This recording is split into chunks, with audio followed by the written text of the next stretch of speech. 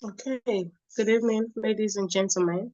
It's another day in class, officially your third day in class and your second day of lectures. You're all welcome. My name is Jessica Ochoke Daniel, and I'll be your moderator for today, along with Adesua Ikembuda and Salako.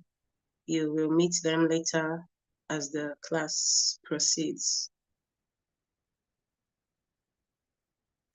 So as per the custom, for those of you who were not here, for the past 2 days, when you come into class, please write your name, your full name, and also it's advisable to change your Zoom name to the name you want to see on your certificate.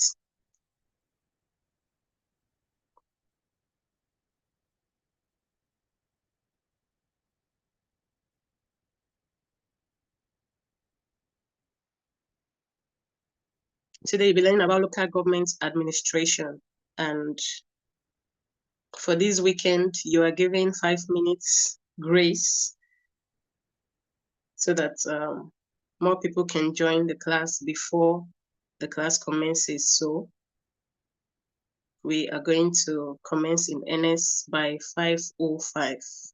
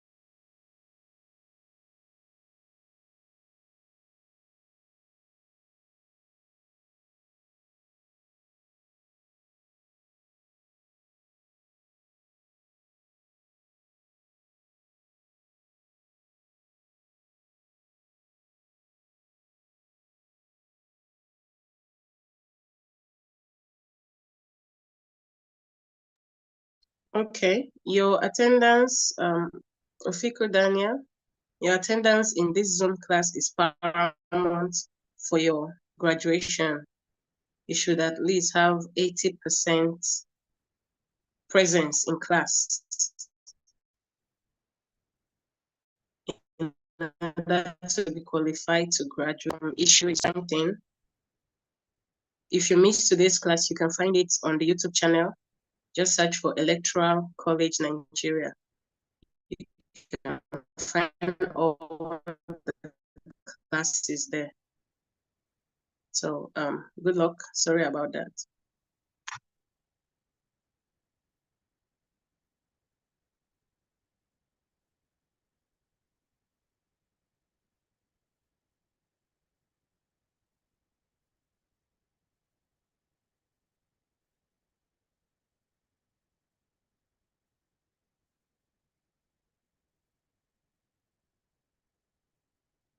Yes, ma'am. Temitayo. As soon as you get to class, write your name in the chats. Apart from your Zoom name, you should also write down your name when you get into class in the chats.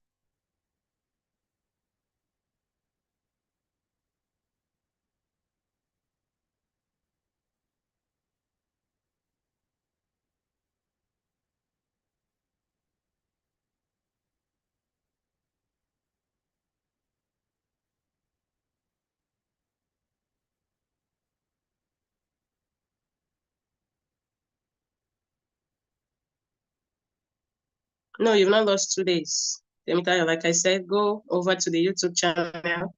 You will see all the lectures there, so you can go over them.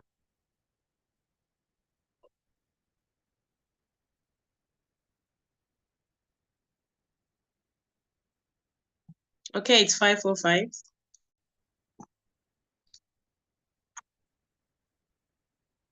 Once again, I want to welcome you all. Our host is in class, Mr. Abdul Hamidu.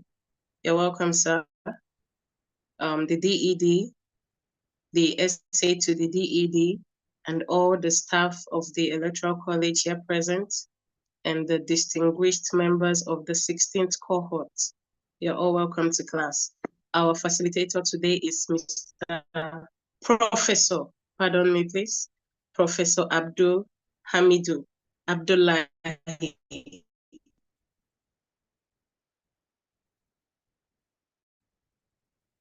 Government and development years of working experience at administrative, managerial level, fieldwork, and volunteerism. He commenced his working career with Nuhu Bamali Polytechnic, Zaria, then Kaduna State College of Advanced Studies, where he rose to the rank of senior lecturer. He was the head of Department of General Studies and later Deputy Dean at the Federal Polytechnic, Nasarawa, Bello, where he is involved in teaching, research, and community development at the Department of Local Government and Development Studies. He has held many other responsibilities, such as Secretary, National Conference Organizing Committee of the Department of Local and Development Studies, Staff Advisor of Association of Students of Local Government and Development Studies, Patron of Junior Chambers International, JCI, Coordinator of Diploma Programs, Editorial Board Member of Zaria Journal of Arts and Liberal Studies, Zajola. In terms of writing and publishing academic research work and presentations, he has many conference papers, journal articles, and chapters in some books to his credit program in Hausa Lari Radio, 97.7 FM Zaria, called Jami'a the Jama'a. I hope I got that right. That's Town and Gown. An assistant research fellow at the Center of Democratic Development Research and Training, member of Board of Trustees, Funtua Community College of Health Sciences and Technology, Funtua, chairman of Initiative for Orphans and Vulnerable Persons, which is an NGO, Zaria, and patron Harmony Youths, Munchia, Zaria. He is a member of the Community Development Charter, CDC, and the Ward Integrity Companion, WIC, of his ward, Dogarawa, Sabongeri, Zaria.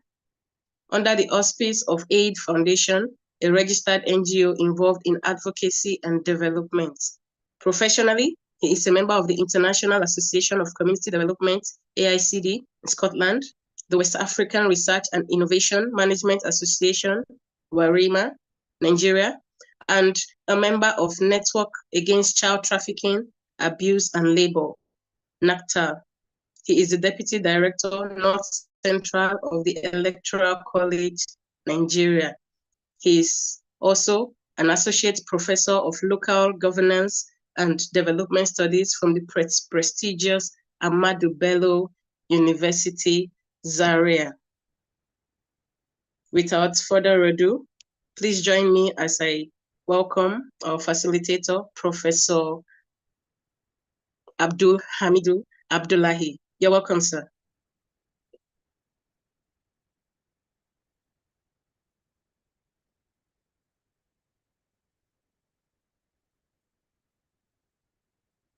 Thank you very much. Am I audible enough? You are, sir. Welcome.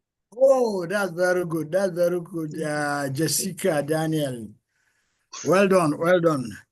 Thank you, sir. Ladies and gentlemen, you're welcome to the Electoral College, where you are going to get more information about your literacy level in terms of politicking and all of us are politicians, I assume so. So I don't know, are we set? That's I very believe good. we are. Are we set? We definitely are. So, Yes, sir.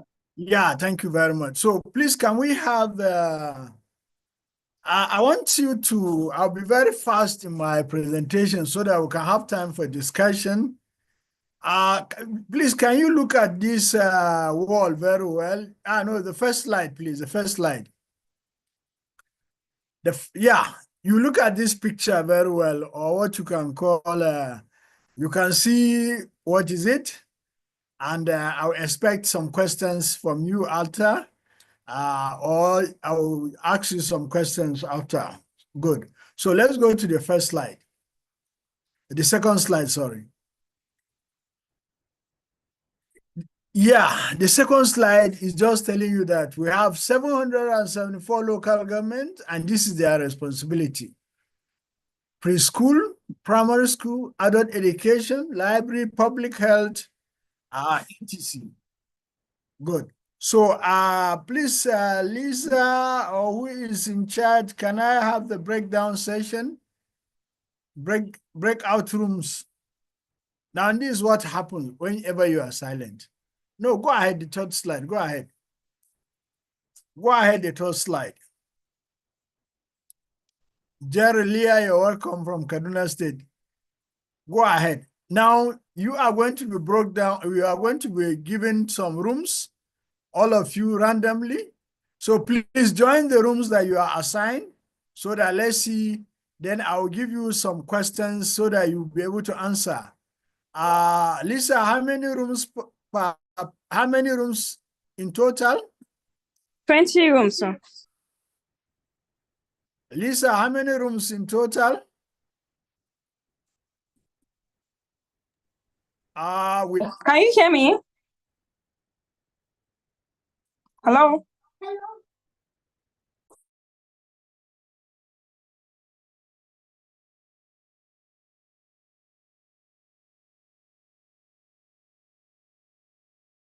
Enough? Can you hear me, Professor?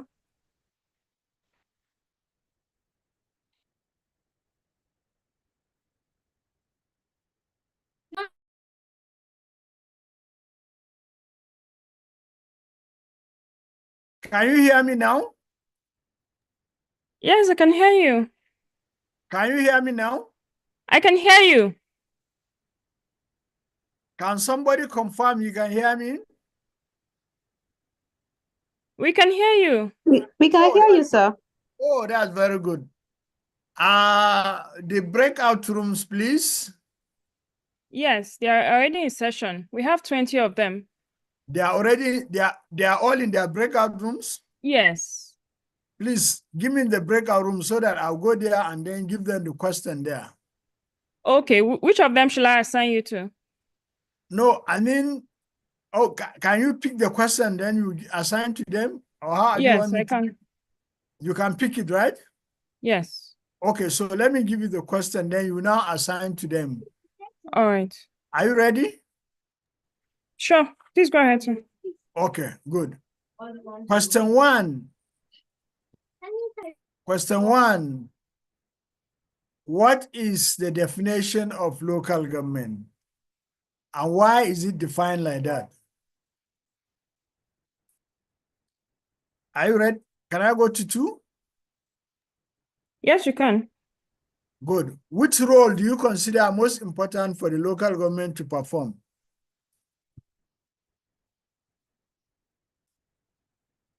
Question three, what is your expectation of this class?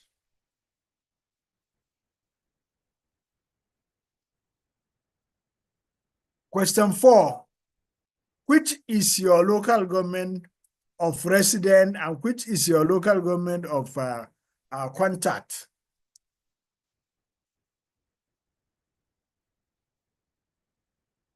Question five, what is taxation at the local government level?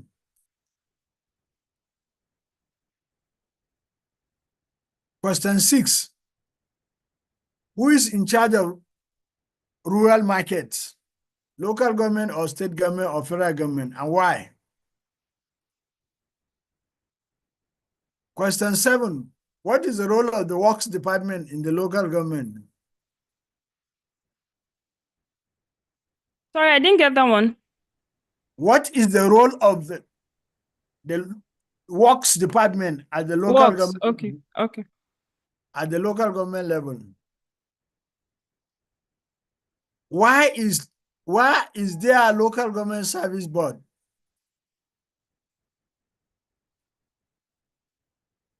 Is there an auditor at the local government level, and why?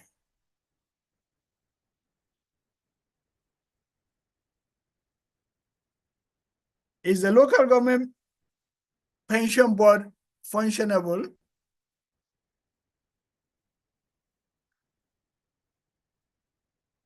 What is the responsibility of the councillor?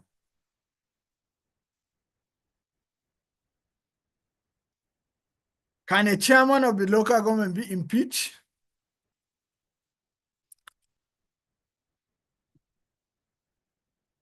And how?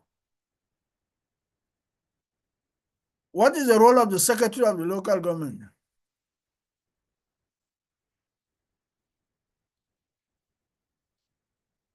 Do we need research and development department at the local government, and why?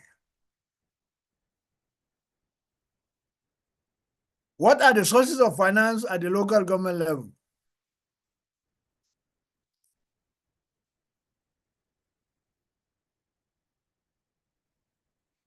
Explain the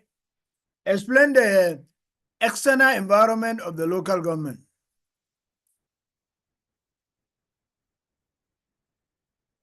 Explain the internal environment of the local government. Explain the statutory committees at the local government level.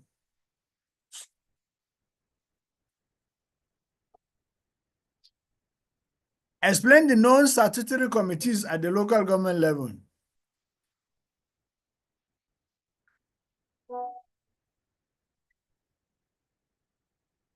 How can disaster be mitigated at the capital of a state? And who is the responsible? Which institution is responsible for mitigating disasters?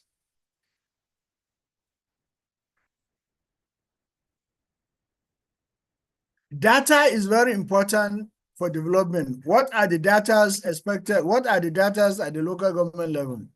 What are the data available at the local government level?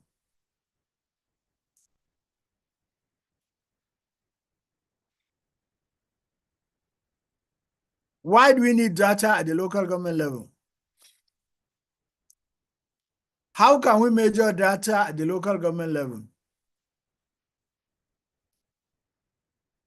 Name the various data sources at the local government level.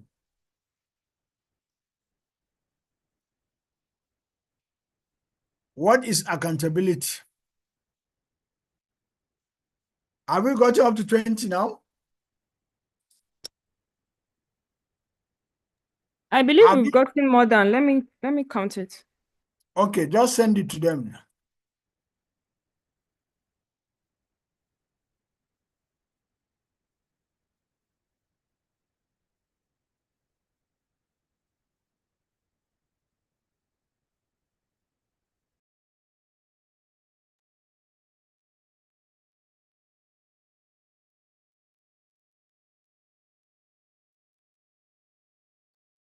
Just pick it randomly and send it to them.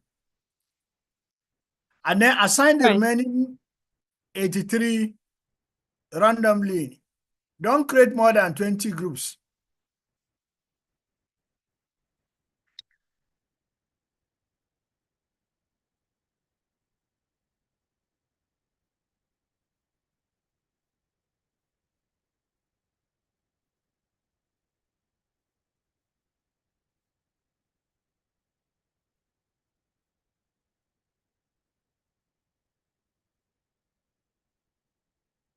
Hello, can you hear me? Yes, I can hear you, Professor. Have you sending them to the groups? I'm on it. Okay, just send me to one of the groups quickly.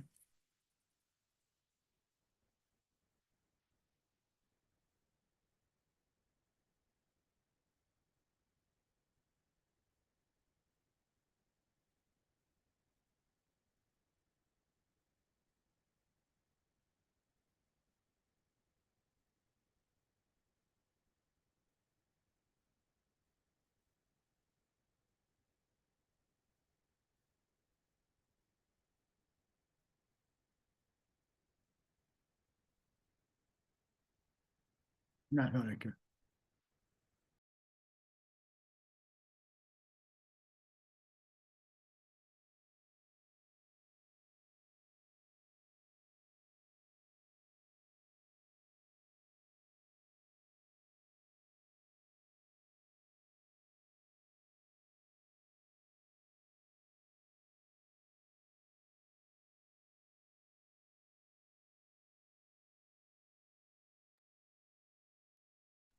Hello, can you hear me in all the groups? No, they can't hear you in all the groups. So which group am I supposed? I'm supposed to go around all the groups. I give the we didn't give them the time for them to join. We didn't give them the instruction before sending them. Okay, don't worry. Let me just join. I've seen the listen. Let me join. Let me join the ones I can join quickly.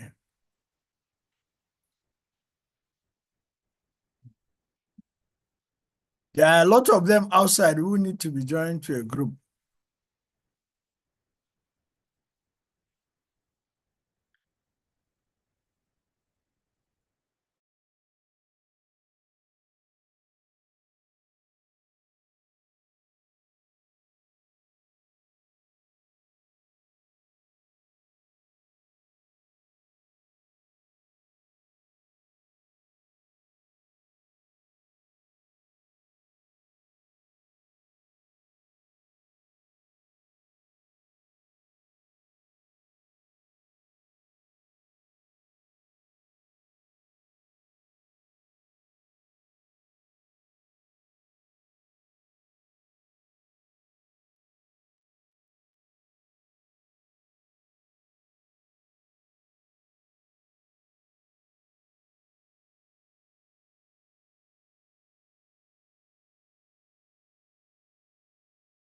Everyone, just be patient to be back. On your screen, just tap on your screen, you'll see the breakout rooms. Tap on the breakout rooms, you will see the list. Tap on your room and click on join. That's how to go back.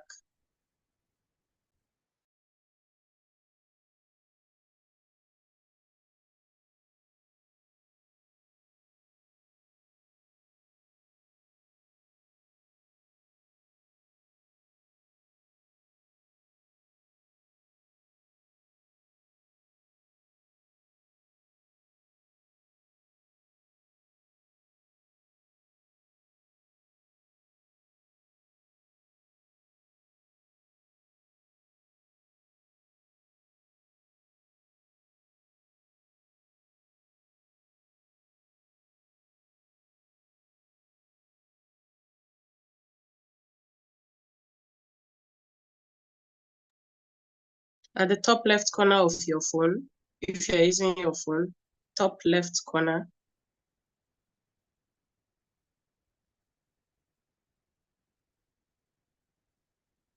but you have to come out of the charts. Then you tap on your screen, you will see it.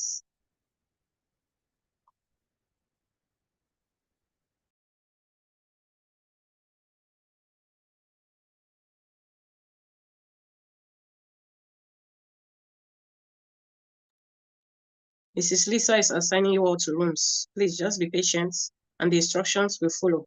Just be patient, please. Thank you.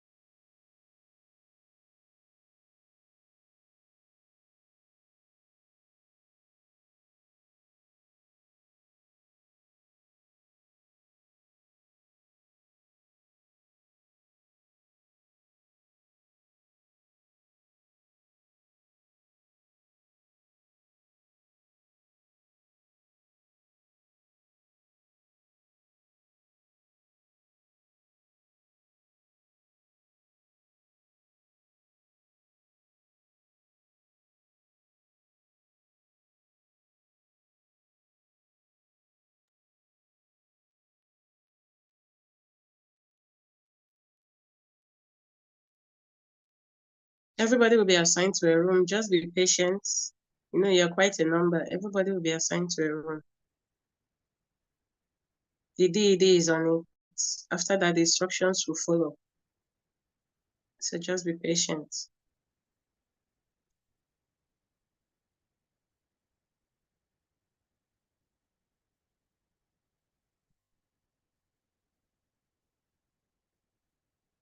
I say if you tap on your screen, the top left corner, if you're using a mobile phone, the top left corner, you will see the rooms, like 4 blocks.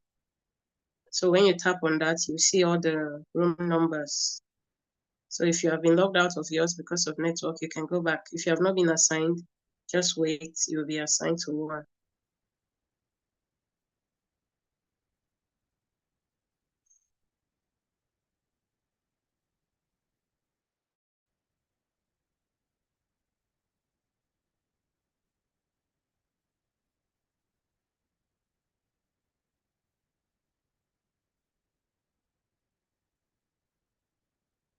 There are 20 rooms. You're quite a number. Just be patient. You will be assigned to rooms and the instructions will follow. Just be patient. The DD is on it. Okay, Professor.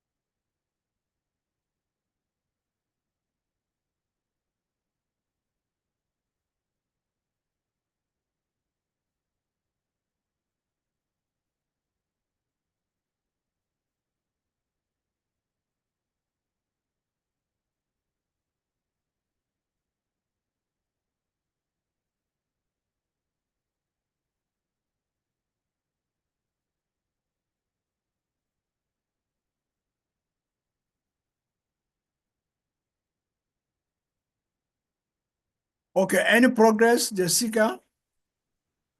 The DED is the one assigning to the rooms. I think she's still on it. Okay, what? I seem to have lost host function, and I can't see anyone else being the host. So I don't know what the challenge is. Just give me a minute. Okay. So, those that are in the room should have answered the question by now.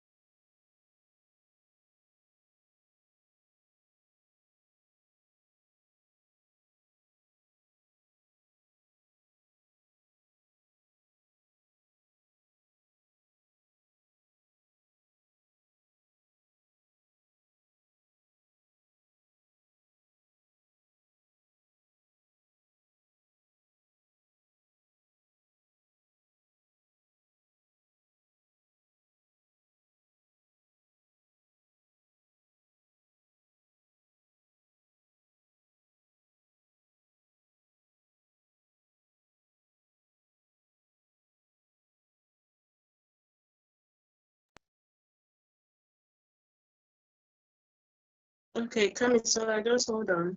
Something will soon happen in room 8. Just hold on, it's being resolved.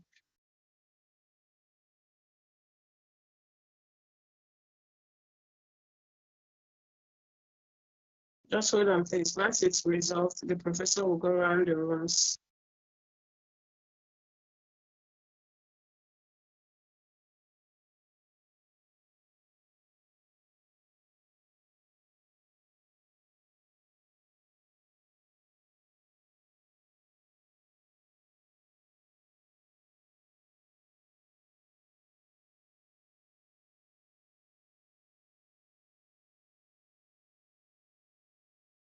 Don't worry, everything will be resolved soon. So go back to your rooms if you came out of, if you're already assigned, to go back, just tap on your screen and you'll see the breakout room on the top left corner of Charlie, can you confirm, do you have host function? Yes, I do. Oh, okay. I've been wondering who has the host function. It's not showing that you have the host function. Please, you need to give me the host function. If not, Okay. I can't enter the rooms. Give my order, not this one. Okay. No. I'm not with the host function. Okay, I've been trying to look for who the host is not here. I lost the host function, but it's not showing who the new host is.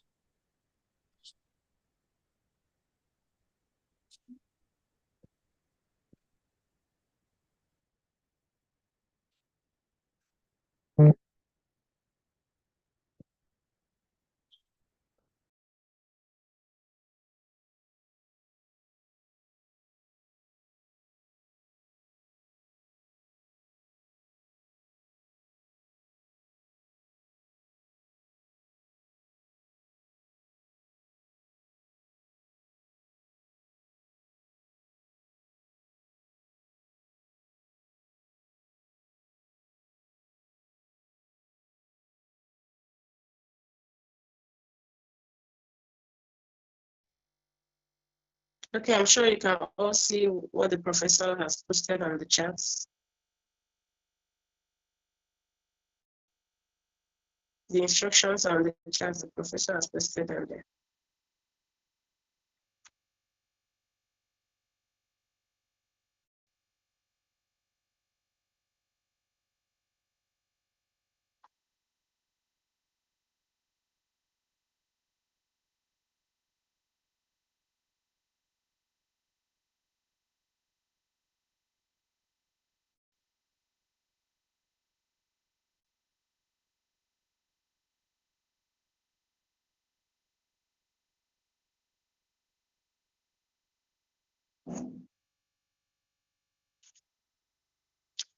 Okay, with a system, I'm not sure. They might be on the bottom icons. If it's not on the screen, I'm not really sure where it will be on the system.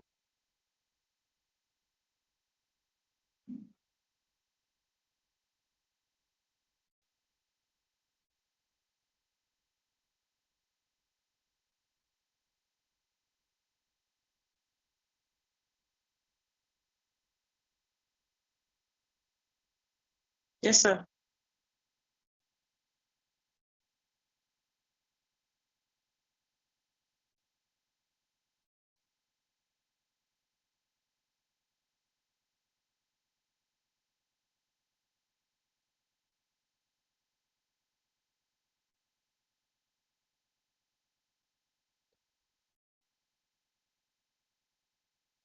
Professor.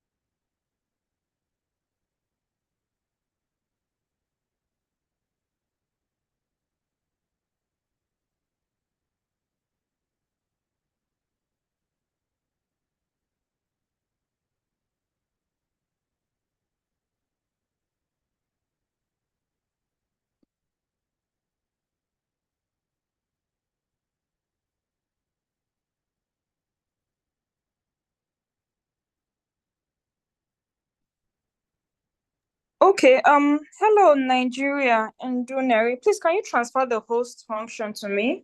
I've been trying to find out who had the host function. Please, can you do that? Can you hear me? Nigeria, Induneri, Udodirim. Yes, I can hear you, ma. I can hear Please you, ma. transfer the host function to me. Thank you. All right. I don't know how it got there.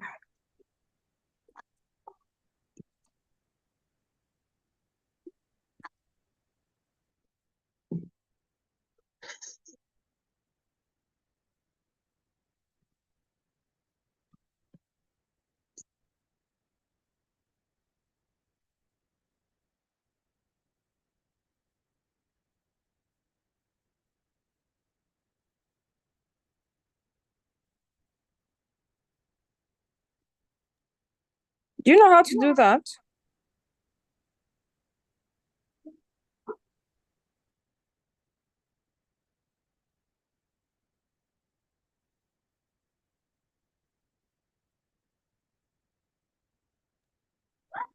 Okay, but what do you want me to do, please?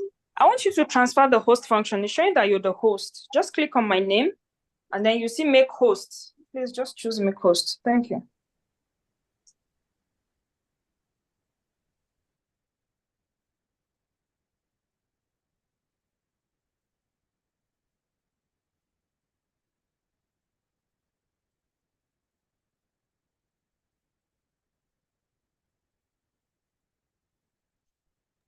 Okay, Jessica, I think she transferred it to you. Please transfer it to me. Thank you.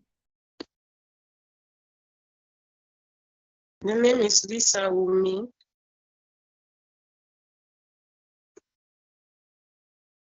Yes, just transfer the host to me. You're the one with the host function now. I can end the breakout session. Okay. All right. Done. Thank you. Yes.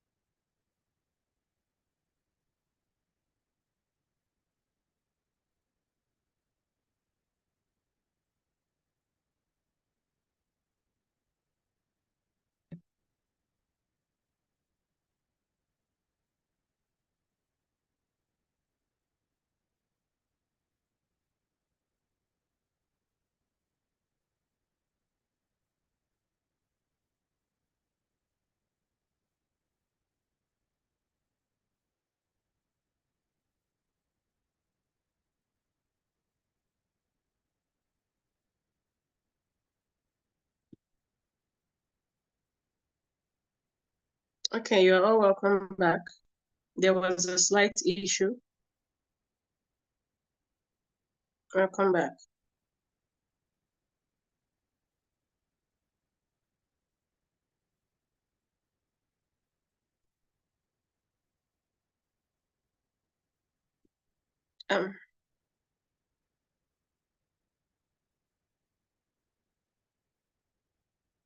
Welcome back, Professor. Okay, so I think some of them did not get their questions. Maybe we'll just post it in the general chat here. Okay.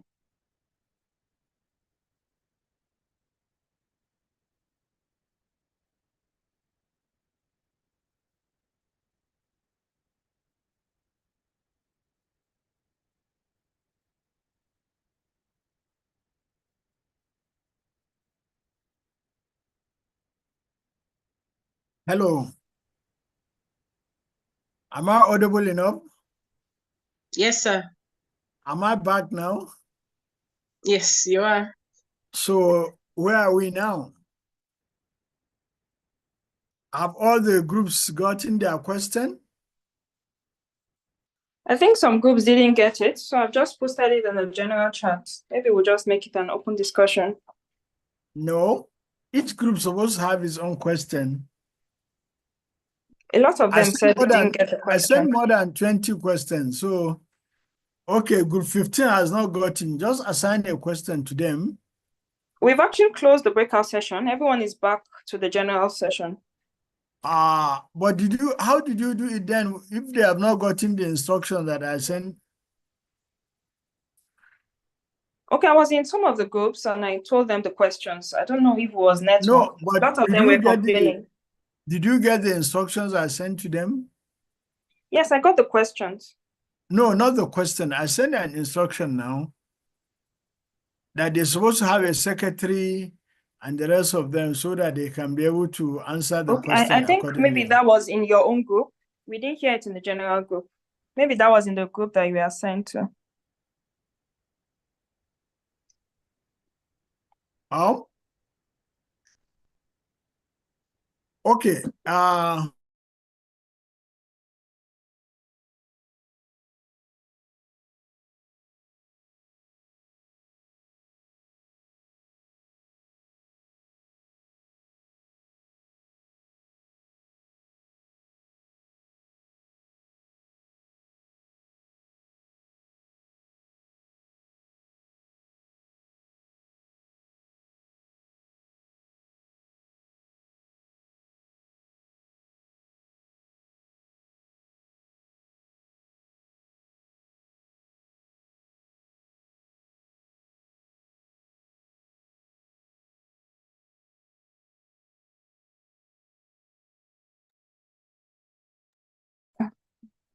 It seems Professor's network. I think it has thrown him out again.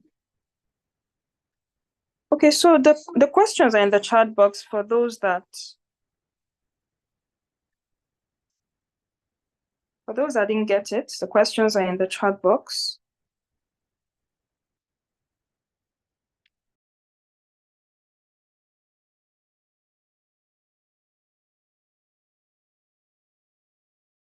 Okay, let's just be patient. I think his network has thrown him out.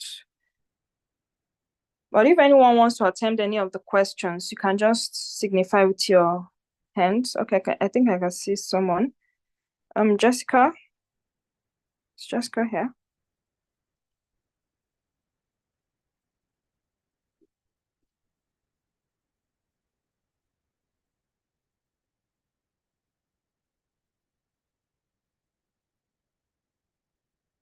Okay, Jessica, I think you can just handle it. Okay, Prof is back. All right. Okay.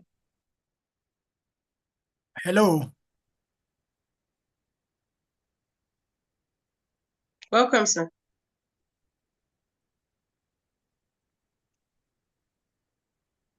Hello.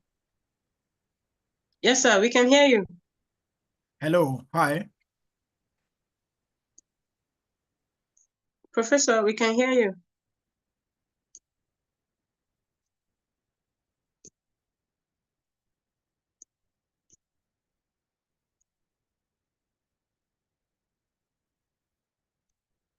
Okay, I think he's still having some issues. So he said the group should note these instructions to them. 1, pick a secretary for your group who will collate the answers. 2, the secretary can present your answers or another person can do so. 3, you have 3 minutes to do the presentation. 4, any group that failed to present will be dealt with. So for those of you that are here. I think the breakout sessions have actually ended already. Everyone is back to the general session, yes. Okay. Yes. So they will attempt the questions individually now? Yes, I guess that's what we'll do now. Okay. But Prof is not even back, but I guess you can still just start anchoring that so we don't keep the class silent. You can see the questions in the chat box, right? You have them? Yes, the questions are in the chat. All right. So maybe those are indicating with a show of hands, you can just start engaging them. Yeah. All right. Edwin John, if you have an answer, you can unmute and proceed. All right. Good evening, everyone. I'm Edwin John. I actually raised my hand because I wanted to maybe lodge a complaint because my group breakout room 14 we didn't get the question, and Oh, also if it is possible, since Prof is kind of having network issues, if we can quickly just open the breakout rooms again so that we have these discussions and revert back to the larger house, it will also help. So instead of everyone just talking, we have questions for each group, they discuss and we come back. It will save us time and resources. okay, DED, is it possible? Okay, I I think think we that's for should the do it like this. Let's read the questions out for each group, and then we'll do the breakout session so that once you're inside your own group, you know what question you're supposed to attempt so that we don't need to start going individually to each breakout session. So can you just help read out the questions and assign them to the different groups so that everyone will hear? So once you're in your room, you know what question you're attempting. I think that's better. okay, ma'am. Thank you.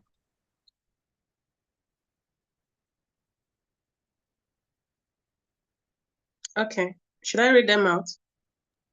Yes, please. And then assign them Okay. to the different groups. Yes. Okay, so I'll just go as it is written. What is the responsibility of the counselor? So that should be for room 1, right? Yes. Okay.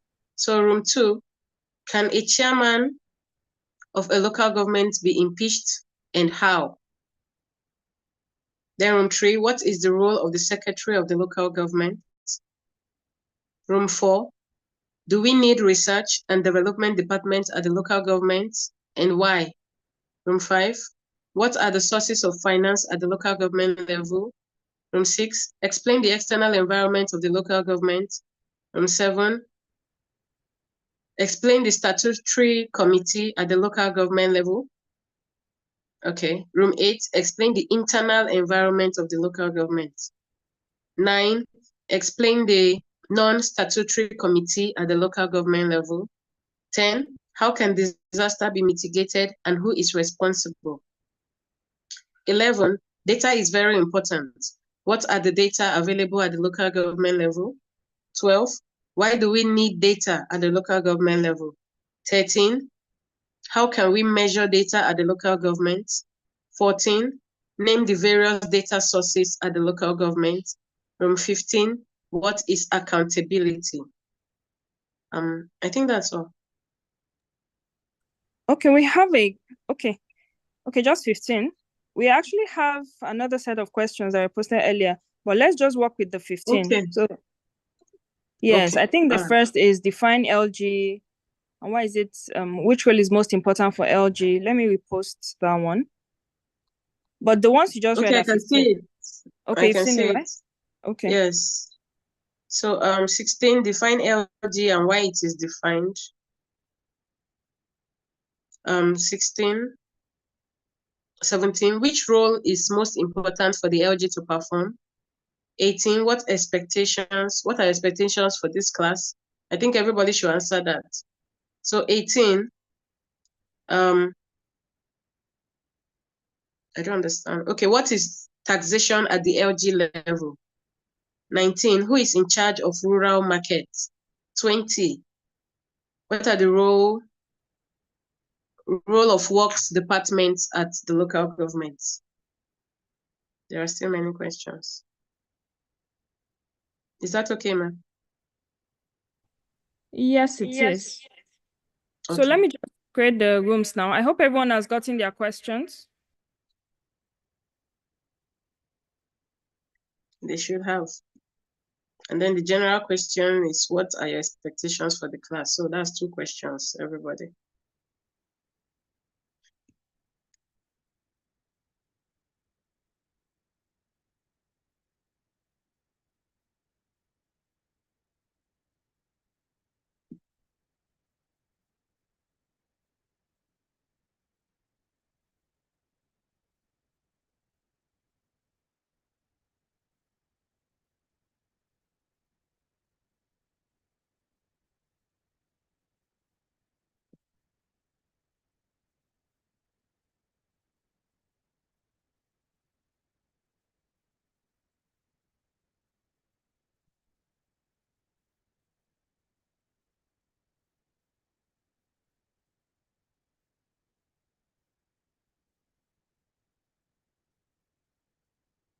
And the people with hands raised, if it's to attempt the questions, maybe we will wait until we come back from the breakout section, unless you have something else to say.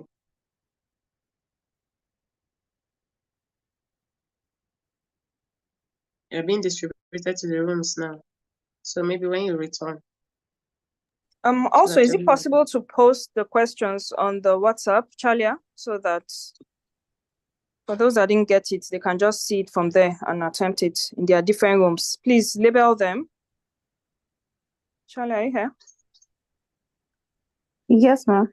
Okay, please help label them, number them, one, so that they'll know this is question for group 1, group 2, and all that. So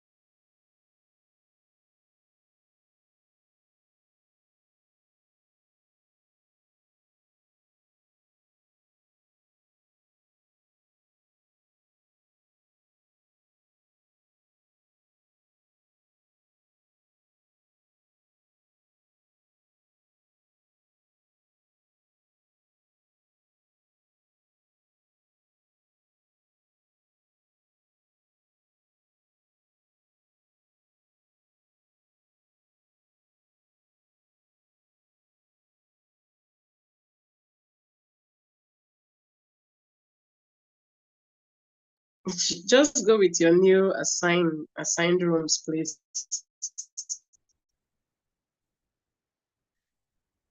You know, it was ended. It's not possible for the DED to remember where she put everyone. So just go with your newly assigned rooms. Thank you.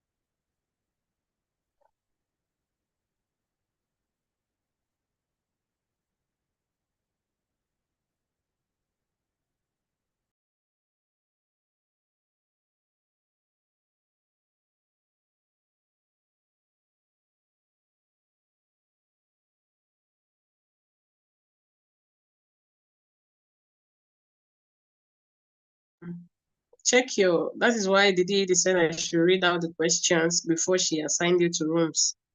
But anyway, just check the WhatsApp, check your WhatsApp group to be placed here.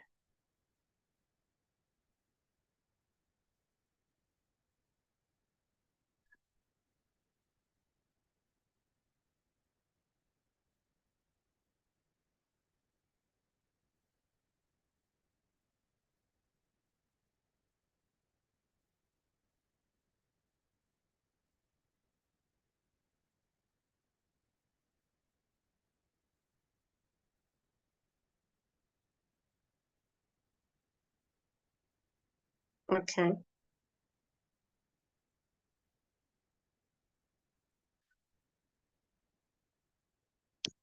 DED, the professor wants to be assigned to a room.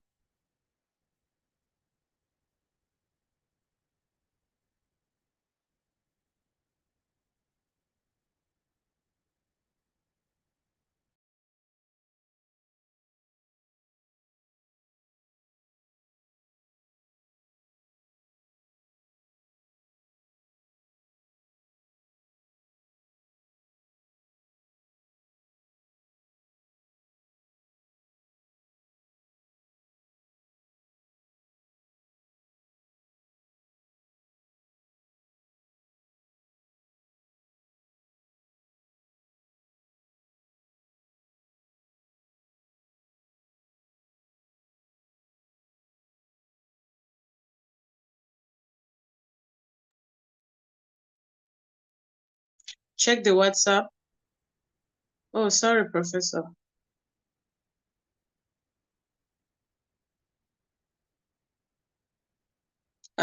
Those asking for the questions, check the WhatsApp. It will be placed there. It will be numbered according to your rooms.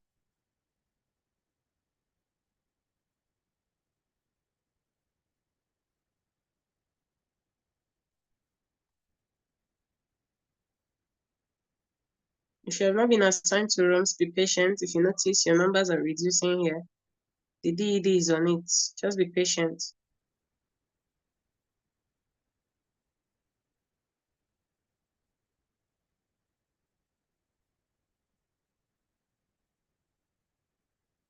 Have you checked the WhatsApp platform?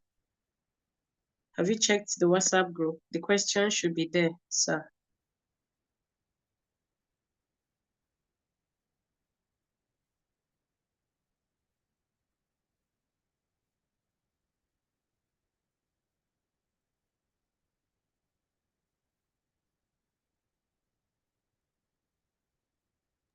Charlie, please can you post the questions on the WhatsApp?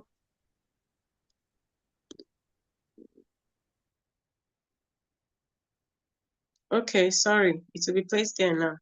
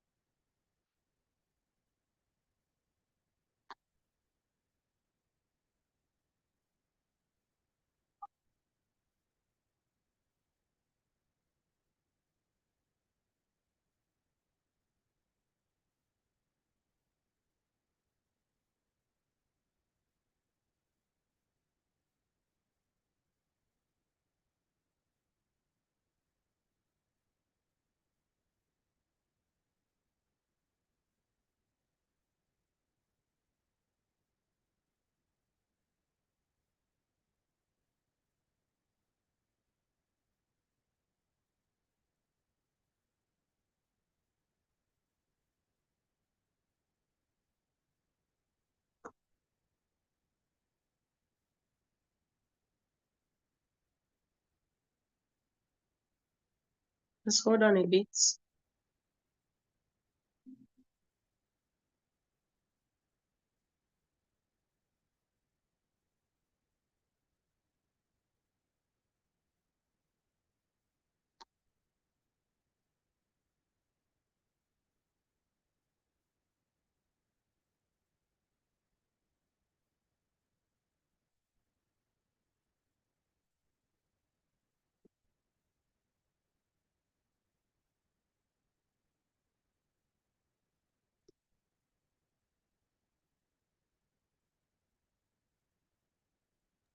Charlie, are you there?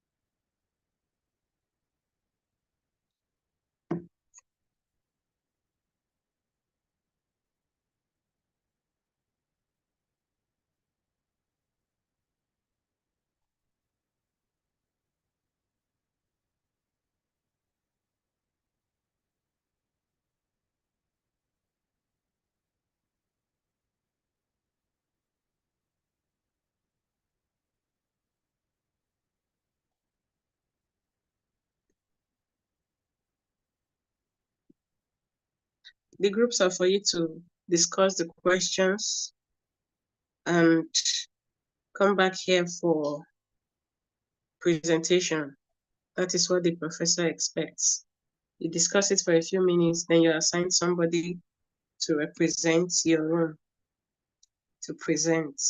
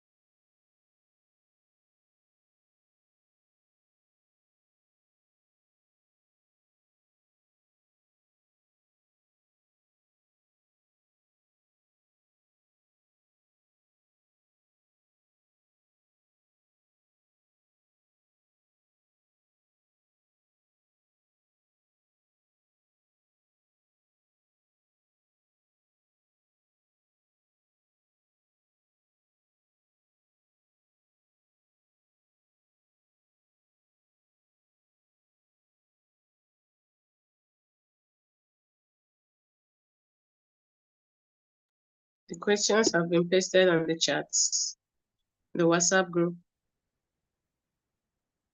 Room 1, what is the definition of local government? Room 2, which role do you consider important for local government to perform? Room 3, data is very important. What are the data available at the local government level?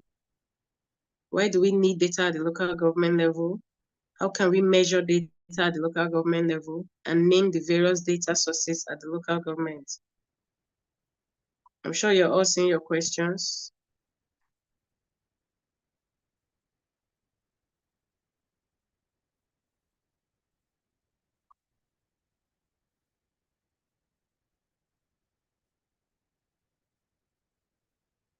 Okay.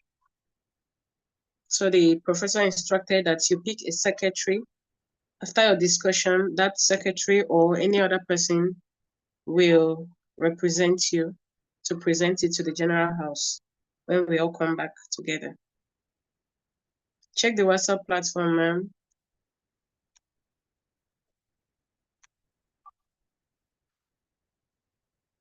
Room 7, what is the role of the works department at the local government level? That's the question for room 7. I believe you are all on the WhatsApp platform. Just check there for your questions.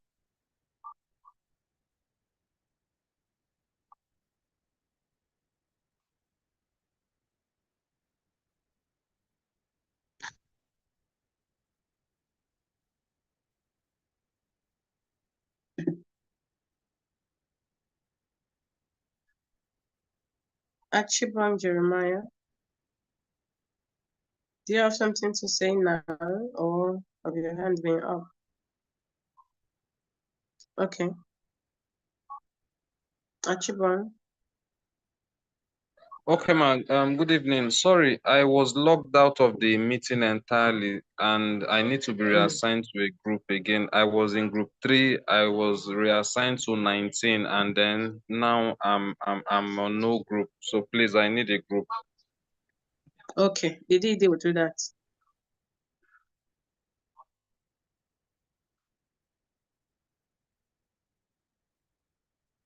Afolabi. Okay. Yes, ma'am. I'm having a similar challenge. I was logged off room 13. Kindly reassign me back to the group. Okay. Done.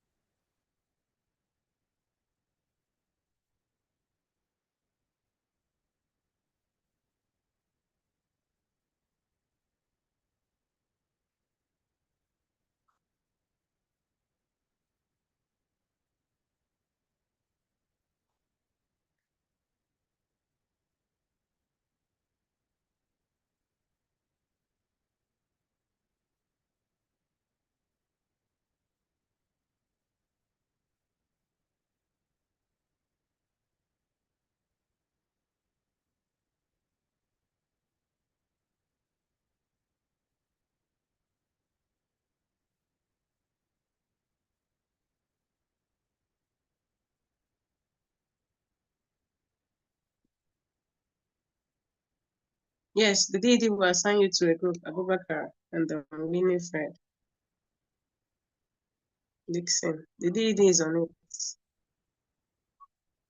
You'll soon be in the group.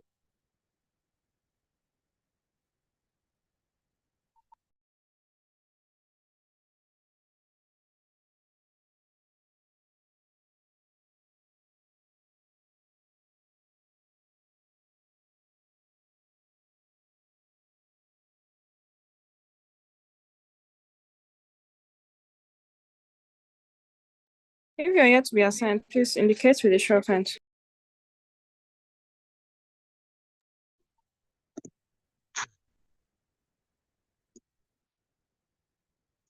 Please raise your hand if you're yet to be reassigned or assigned.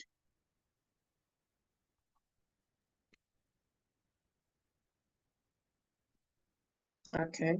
Just raise your hand and the DD will assign you to a room.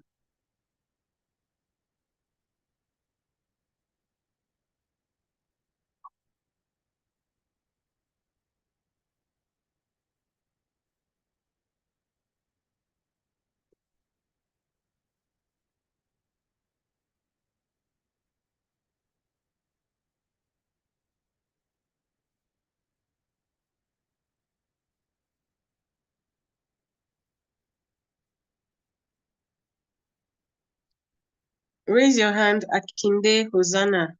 Raise your hand if you want to be assigned to a room.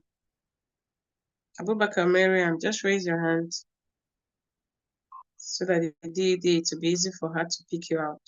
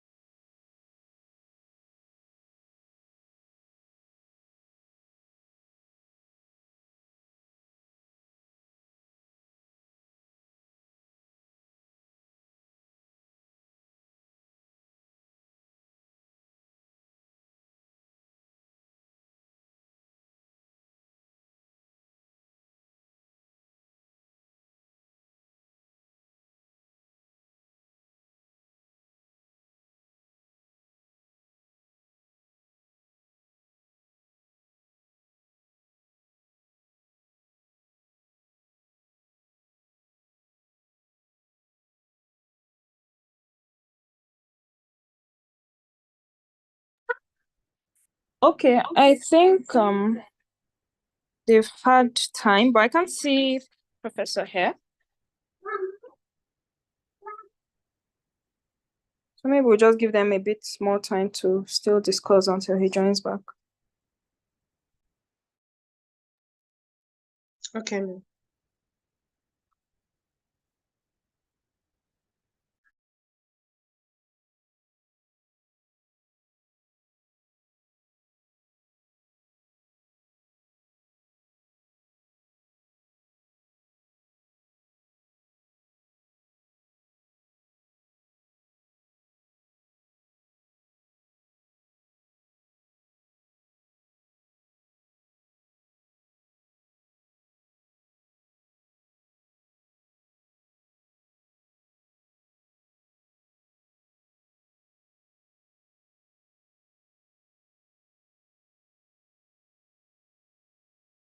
Okay, I think we can allow them start joining the main group while we wait for Professor because of time.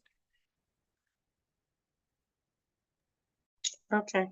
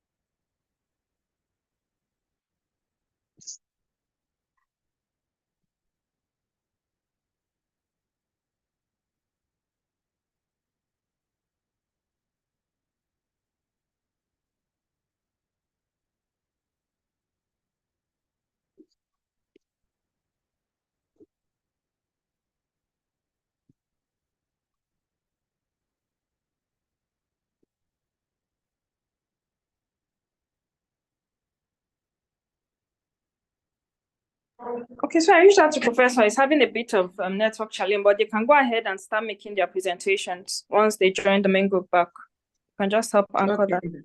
Yes. Okay, ma'am.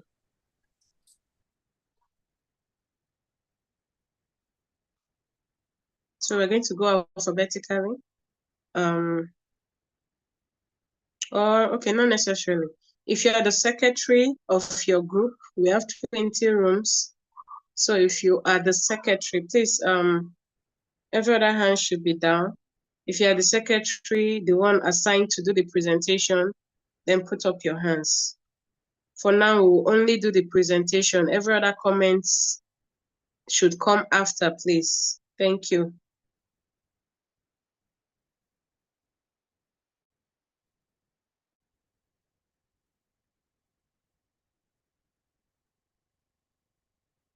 Majority here now. Yes, everyone should be back by now. Okay then. Okay, so we're going to start with Giwa Yusuf Adeyemi. Oh, okay. Ayara Emedion Grace. So you tell us your group and your presentation. In how many minutes do you do? 5 minutes per group. For each group? Okay. Okay, let's do 2 minutes All since right. we have many groups because of time. Yes. Yes. Okay then. 2 minutes. 2 minutes, everyone. Ayara, you can unmute. Okay, good evening, everybody. Good evening. Okay, I'm representing group 5, and Okay. our question was, what are the ways local government gets funds? So after much research and contribution, we were able to find out that there are two basic ways the local government get their funds. We have the internal and the external. So under the internal, for the internal, we have different parts. We have charges and rent. So now when I say charges, that's For example, the money, let's say in a local government now, maybe a trader is selling or something, and then maybe, will I say, I'll just say, I'm using the word, but do not quote me directly.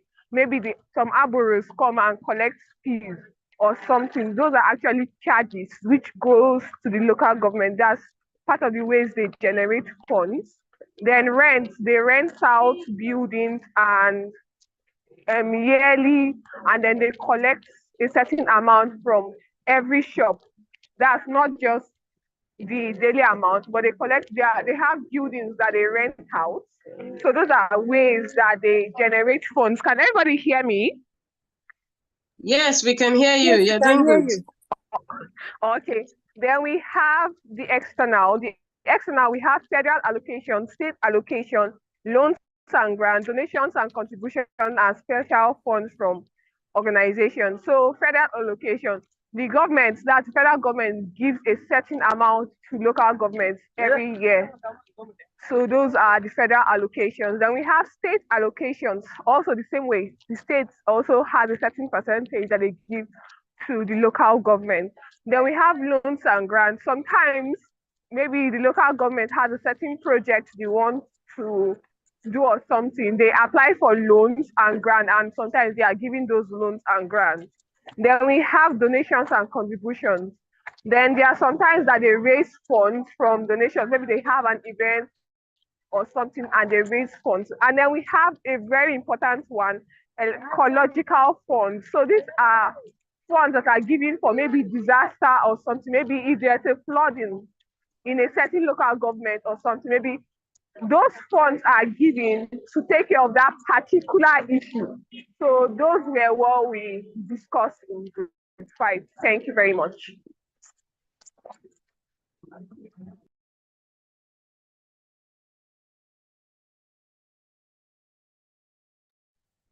Okay, then. Okay, can we go to the next group, please?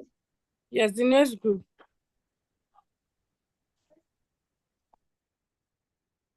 Can we go to the next group, please?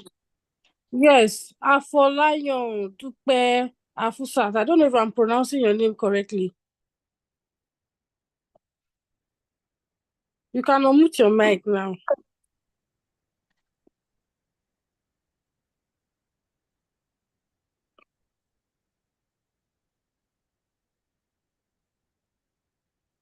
Afolayan Dupe.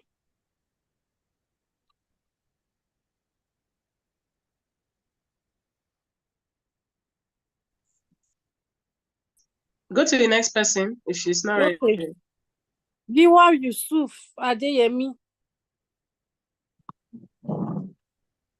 Giwa Yusuf Adeyemi.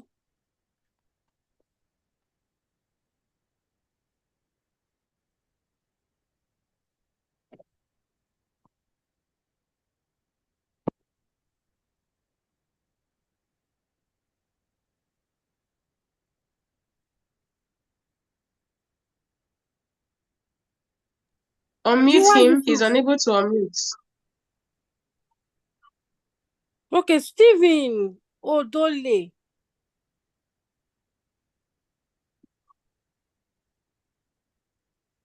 Stephen, you can unmute. All right, good evening. Thank you Good so evening. much for the opportunity. My name is Stephen Odole and I'm representing Group 15. So the first question that we attempted was explaining our expectation for the class, which is learning about how local government operates as well as their responsibilities.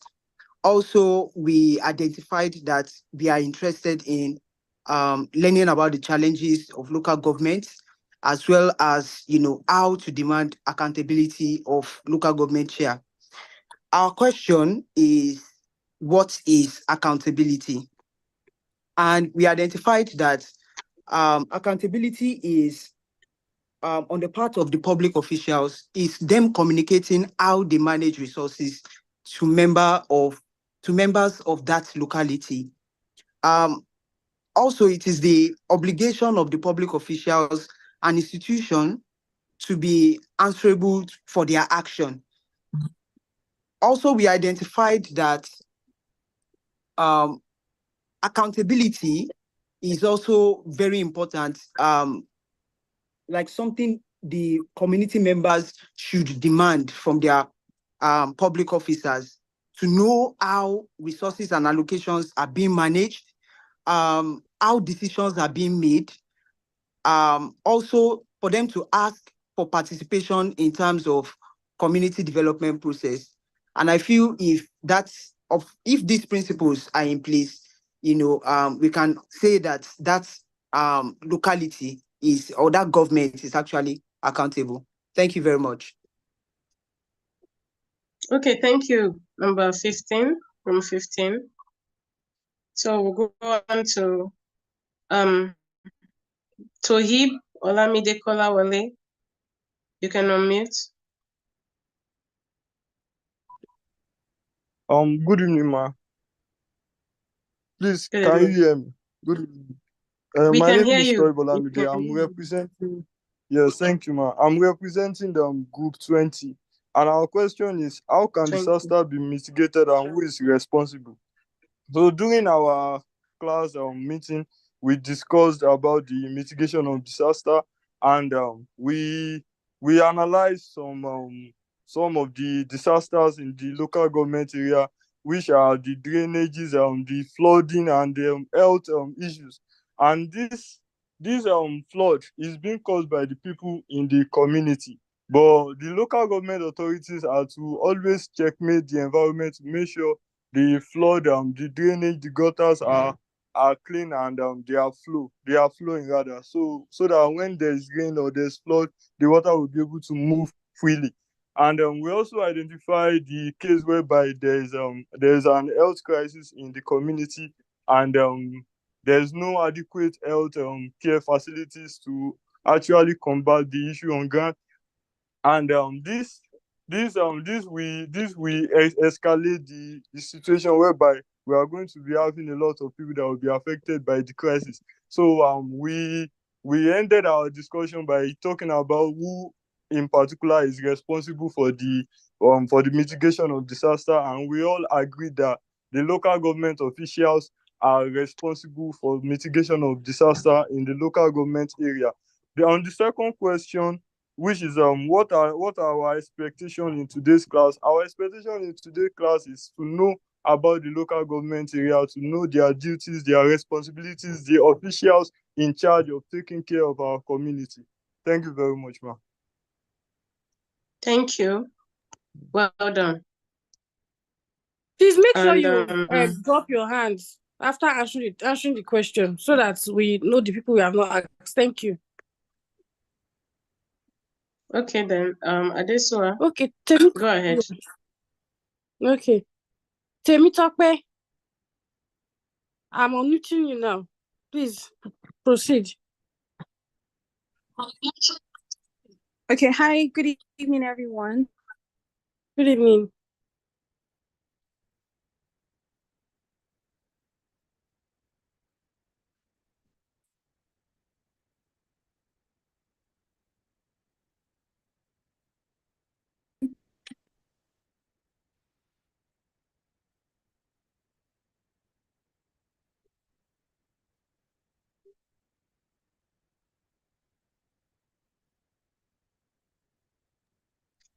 Is it just me, or did she go off?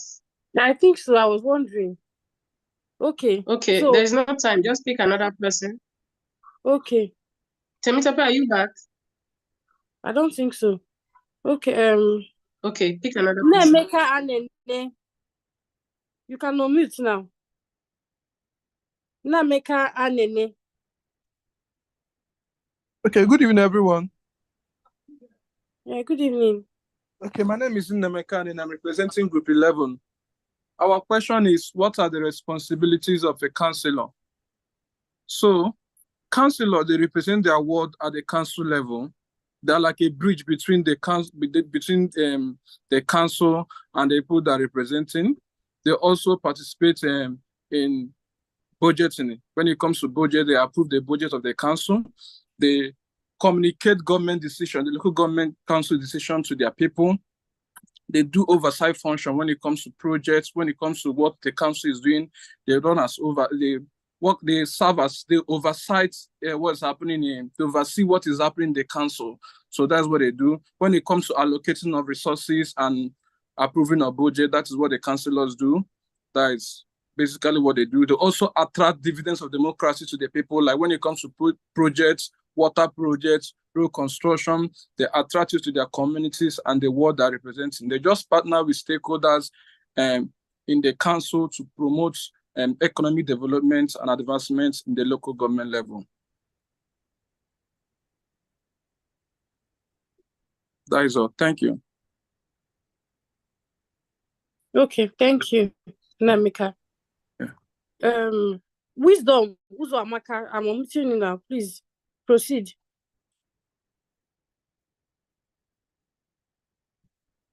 Wisdom, Amaka, you can unmute your mic now. Yeah, I'm here. All right. Wisdom, Thank are you you very there? much. Good evening, everybody. Yes, I'm here. I'm talking. All right. Okay, please So good proceed. evening, everybody.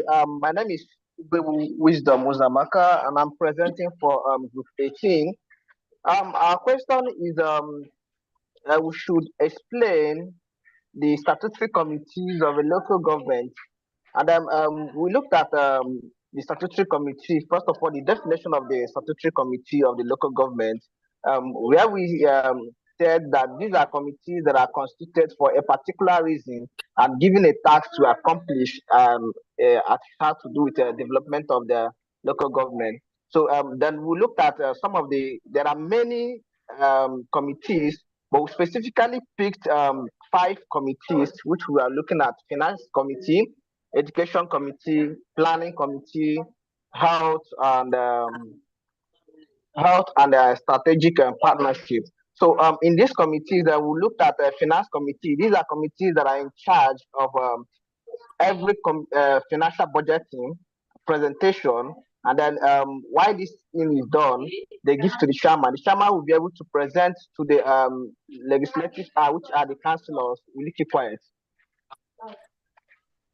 which they will be able to present to the councillors, and they scrutinize it in the house before passing it on for proper execution. Then we looked at the education committee. In the education committee, we said that the education committee is headed by the education secretary. These persons or these people are in charge of every education issues in the local government, starting from the primary down to the secondary and others. So they take charge of everything, the records, the needs, and the wants of every school within a particular local government. While they present it to the chairman presents to the house. However, we didn't forget that these committees are also made up of the executive and some part of the legislature, which is the councillors, as it is part of the oversight function of the councillors. Then we look at also planning committee. In this planning committee, they are in charge of executing most plans that are presenting plans of the local government to the house, where it can be scrutinized to check what is obtainable, what can be achieved within, in and out of the local government. And then we also looked at health sector, health committee. The health committee is in charge of every primary health development care, giving what these development centers or healthcare centers need to the local government, where they can be able to provide this.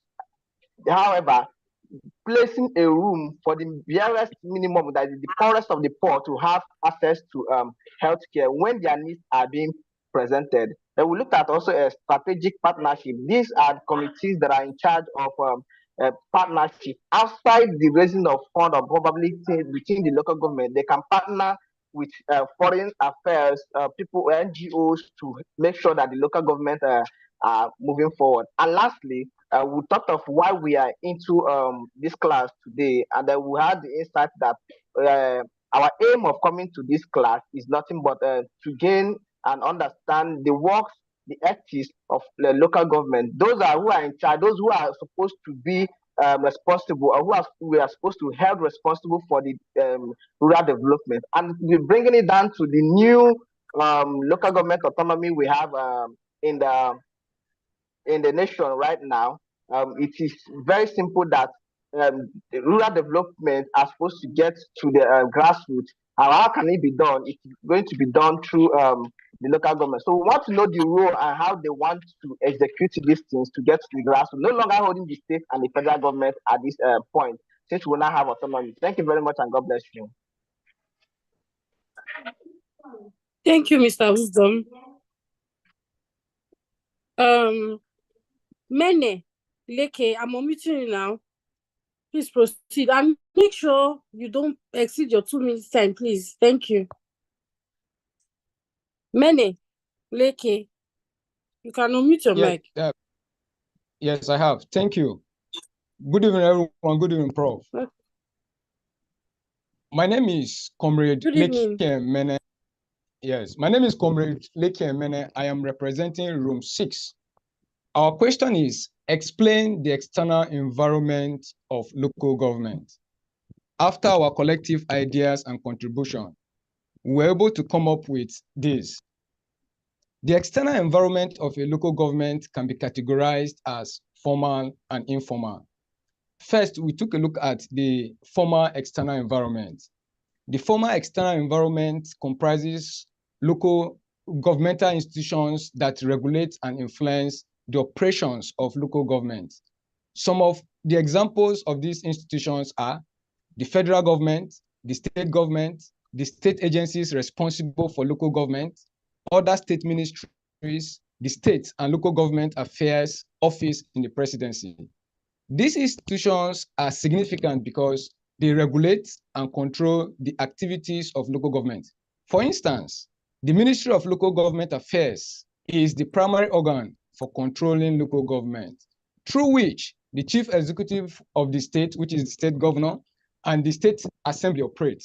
The ministry also has zonal inspectors who oversee local governments, administrative and financial management. Additionally, the ministry organizes the State Joint Local Government Allocation Fund Committee meetings. Secondly, we looked at the formal external environment. The formal external environment consists of local communities and other groups that impact local government. These groups include local communities, community-based organizations, NGOs, local businessmen, pressure groups, traditional rulers, women groups, youth groups, market association, religious bodies, business organization, disadvantaged groups, contractors, students. Then the next question was, what are our expectations? Apparently, most of our expectations, was similar, but we came up that, we want to learn, the role of local government, how they govern and their limitation. We also looked at the effectiveness of local government. We also look at how we can learn about local government policy making and how it affects, the grassroots. And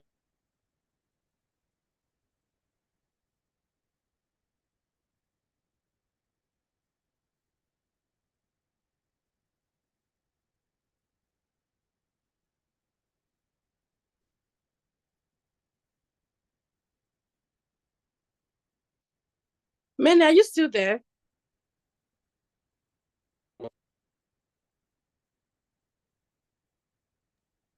Call the next person. It's time up already anyway. Okay.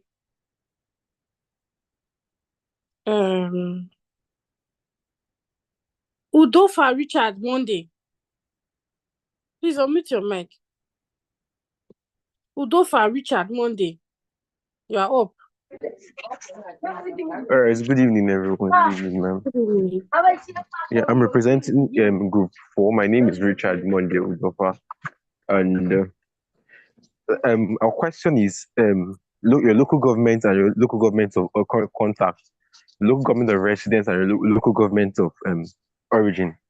So that's our question, and so we spent time on deliberating on the wrong question until we got the right question, and so before I could capture everyone's question, our time was already up. I don't know if I could proceed with this, what I have, because it's looking like a personal question, where I just took note of the few persons that I was able to take. Can I proceed?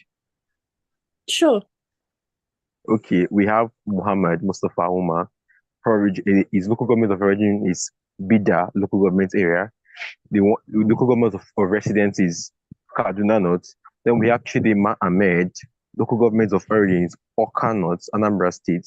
And local government of residence is Chekun local government area of Kaduna State. Then we have Michael Edward Ofuku. Local government of residence is Karu, that's Nasarawa State. Then local government of origin is Otupo, Benue State. And then we have Oko Patrick from local government of residence is Ugele North. Local government of origin is Ugele North as well. And then Richard Monde myself, local government of origin is Orogonam local government area of Akwa Ibom State. And I reside in Port Harcourt, local government area of Rivers State. These are just the few persons I was able to capture within the time frame. Thank you so much, ma'am. Thank you, Richard. Next person, Idamo Ko, thank God. Please unmute your mic and proceed. Idamoko, thank God. Yeah, up.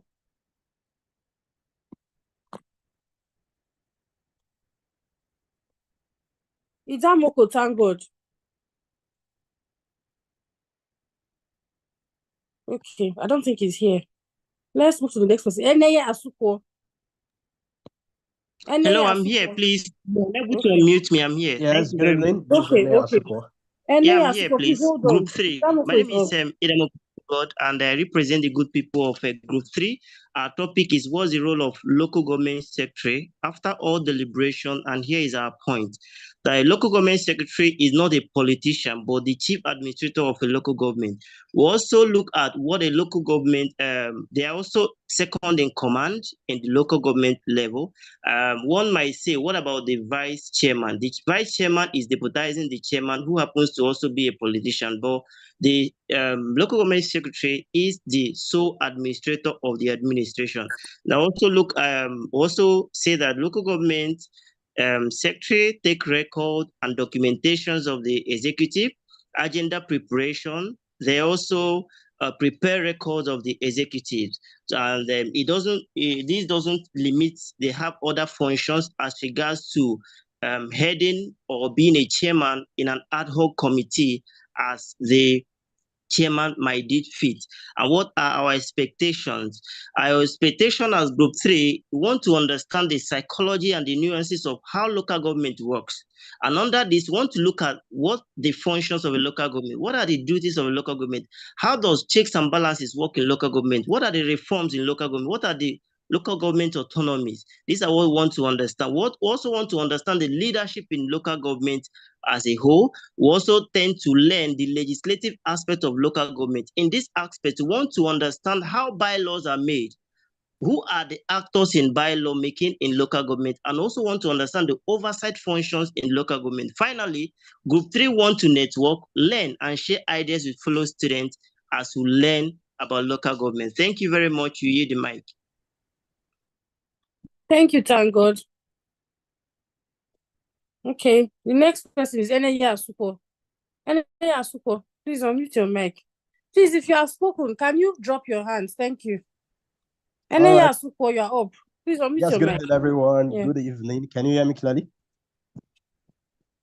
Can you hear me? Good evening. All right, so can you hear me, please? I want to be sure. Yes, we can hear you, yes. All right, so my name is Enea Asuko. I am representing Group 12. So our question is this: why do we need data at the local government level? And as a team, we agreed that one key reason why we need data at the local government level is need assessment. Yes, if you do not know if the local government does not know what people need or residents need, they don't know what to provide. So the questions they're asking themselves are the primary health centers, what are the needs? What do they want?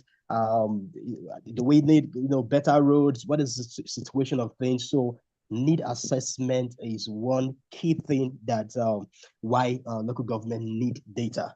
Now, so when they figure out what people need, it now takes us to number 2. Efficient resources and allocation. Because they've been able to have definitive answer of what people need, they begin to, whatever resources they get, they begin to know how to disseminate these resources in solving people's problem, how they budget and all that based on the data that they got from what people need. And number 3, they need data for to help them, improve on their service delivery. All right. So everyone have to be happy. So the data they get from from people based on how they are rendering their services help them to improve. For example, those that goes to pick dirty around, or for example, those who visit their primary health centers, how are they being treated? All these feedbacks from the people to the local government helps them to go back on the round table, sit down to say, okay, this is the complaint, this is what people are saying about our services. This is what do we do to solve or improve the service so that everyone can be happy. So these are just 3 key things or reasons why local government would need data. Thank you. Thank you, Asuko. The next person, I think we have Afolayo Dupe Afusat. If I'm pronouncing your name correctly. Dupe Afusat. Yes, you are right. You are right. Good evening. Please proceed. Thank you. All right. My name is Apolline Dupe Afsat. I'm representing Group 16. And our question is, what is local government? And we come up with the definition that local government is the third tier of government that is closer to the grassroots and that also bring the people to the federal and the state governments. And also, local government is saddled with a specific responsibilities, the benefits of the grassroots people. And also, we came up with a decision that the local government are saddled with specific responsibilities such as direct rural development, infrastructures, and community health service for the grassroots. And in our groups, we came up with an expectation that after this class, we want to know the benefits and the importance of local government chairman and how they can be effective in running their schedule in the office for the benefits of the grassroots people. Thank you. Thank you, Afusat. Okay, I think the next person we have is Aisha Utman. Please proceed. Aisha Utman. Good evening, ma. I can hear you, ma. Good evening. Please proceed. So our question, I'm representing room 7 and I'm Aisha. Our question is what is the role of the works department in the government level? So the works department, also known as the public works department, they oversee infrastructure development, maintenance, and management. And their key responsibilities, their core functions is infrastructure development, public building management, roads and highways, water supply and sanitation, and disaster management. Supportive functions.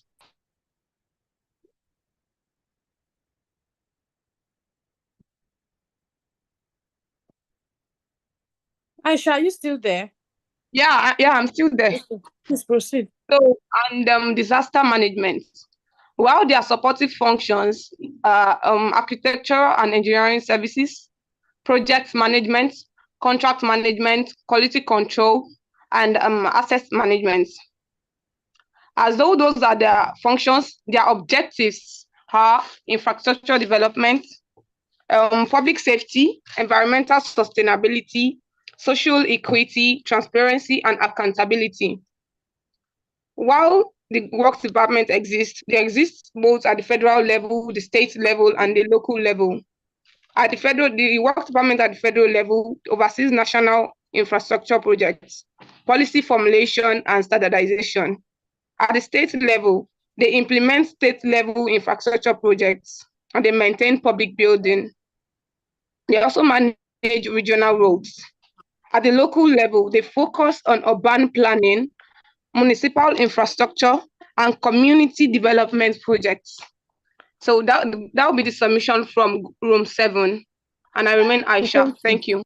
Thank you, Aisha. Okay, we have Sadiq Olayode Adisa. Sadiq, please unmute your mic and proceed. Good evening, everyone. Good evening. All right. Good evening, Prof. I am Adisa Sadiq Olayode from Group 19. I'm here to present the topic, explain the non-statutory committee at the local government level. After much research and deliberations, we concluded that non-statutory committees at the local government are established to perform specific functions or provide oversight, but are not explicitly provided for in the Constitution. We also agree that they are formed by local government to address specific issues or concerns that fall outside the scope of their regular duties. The committees are not mandated by law, meaning they are not required to exist. They are often created to provide advice and recommendations to the governing body on a particular topic. For example, a local government might form a non-statutory committee to study the feasibility of a new park or to develop a plan for addressing homelessness in the community. Now, we also explain the committees, that is, what are the committees that are involved in the non-statutory committees of the local government. The first is the ad hoc committee. The second, the stakeholder forums, and the last one can be the caretaker committee. Now, there are some factors that might happen that the non-statutory committee of the local government can be created for. The factors are included out of many. The first, the political considerations and the community demands. Now, about the second questions, that is the expectations of Group 19 concerning this course, our expectation includes, but many. The first, that we want to relearn about the governance and administration of the local government, which serve as the grassroots level of the people, that is the government that are closer to the people. Thank you and God bless you. Thank you, Sadiq. Okay, the next person is Temitope Ogunrana. Temitope, please proceed. Okay, good evening, everyone. I'm representing Group 4. Our question was, do we need research and development departments at the local government level and why? And we said, yes, research and development is important to know the real need of the people, the challenges, and the way government can provide solutions. Research can be by asking the community, sending representatives around, polls, or community dialogue. For instance, research and development with representatives, community leaders, heads of community groups, and people help to know the real pain points rather than assuming and then knowing, no matter how well-meaning the leader is, assumption will not solve the problem. Research helps to identify specific needs facing the population, to understand critical challenges and how to address it. It helps to improve already existing services, which needs to be data-driven. It also helps to build capacity to collaborate and understand community needs. Research also helps to know how to provide need-based solutions and mitigate challenges that people face. Research also helps to capture people's views and perceptions, which encourages inclusion in governance and democratic process. This helps people to feel relevant in decision-making. Research in the local level is paramount for development, and it can also serve as a source of data for other arms of government. So because the local government is the closest level to the people, research will mean that they get even more detailed data about the people and society and how best to administer governance. In terms of development, we don't only need research and technical reports, but development helps to enforce and act on research data, implementing and innovating existing solutions. And our second answer to the question around the expectation of this class was to help us learn about the process, responsibility, jurisdiction, and authority of the local government to know how to better engage them. Thank you. Okay, thank you, Temitope. So the next person is Shegun Samuel. Shegun Samuel, you can unmute now and proceed.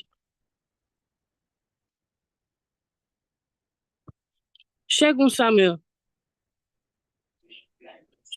All right, good evening, everyone. Can you hear me? Yes, we can.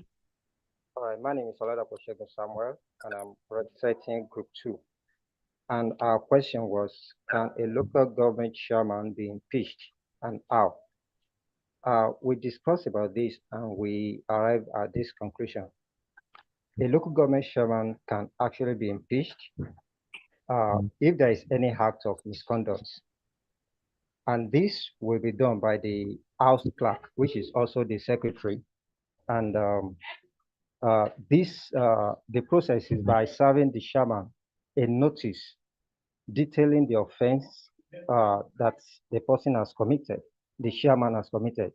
Then they will allow him a period of time to respond to the allegations or charges that is levied against him. And also a committee will be set up which will look into the allegations and the response of the said chairman. And investigation will be carried out to ascertain if the allegations are true or not. After that, a resolution will be reached if the person is actually,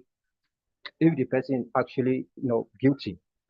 The resolution will be reached to impeach the person, the chairman. And also, we discussed that the information will be passed to the chairman, to the governor of the state, informing him of the development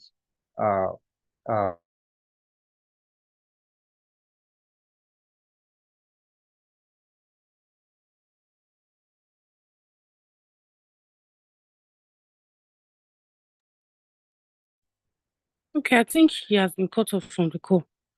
Okay, Mr. Lawal Kayode, please proceed because of time. Lawal Kayode.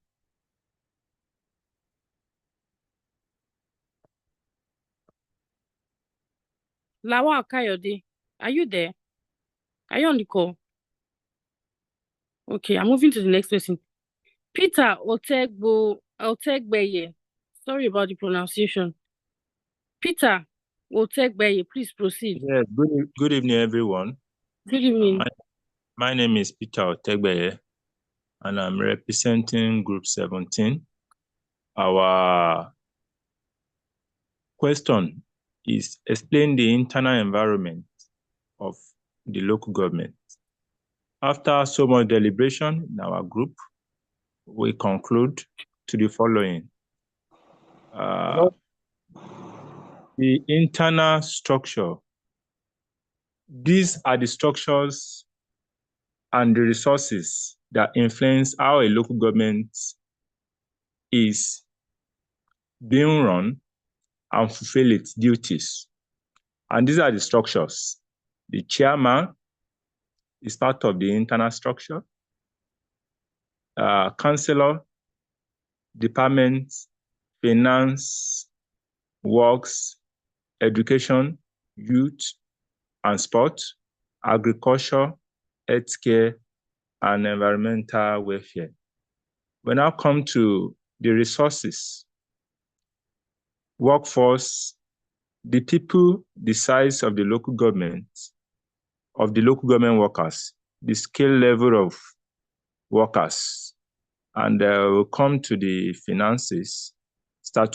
Under the finances, we have statutory allocations, and we have tax and fine, we have charges and rents, we have loan, we have grant, we have donations, and contributions and ecological funds. These are the internal environment we are able to gather together. And the second question is that what are we going to gain or benefit from the course? Local government being the third tier of government and the closest level of government to the people is going to help us in knowing how to engage in our communities.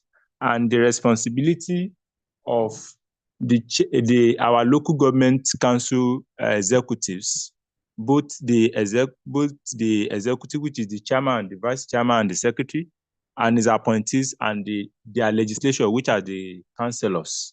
And also, as the citizens, it's going to help us to know our duties on how to help the local government on the community-based work, like clearing gutters and all sorts of. Thank you. Thank you, Mr. Peter. I think Shegun Samuel is back, so let him proceed and conclude. Shegun Samuel, please. Shegun Samuel. I think he has come out. Okay, so Ayomide Yusuf, you are next. Ayomide Yusuf, please proceed. Is Ayomide Yusuf still on the call? Yes, I'm on the call. Thank you. Good evening. Good evening. I'm Bushra Ayomide Yusuf, and I'm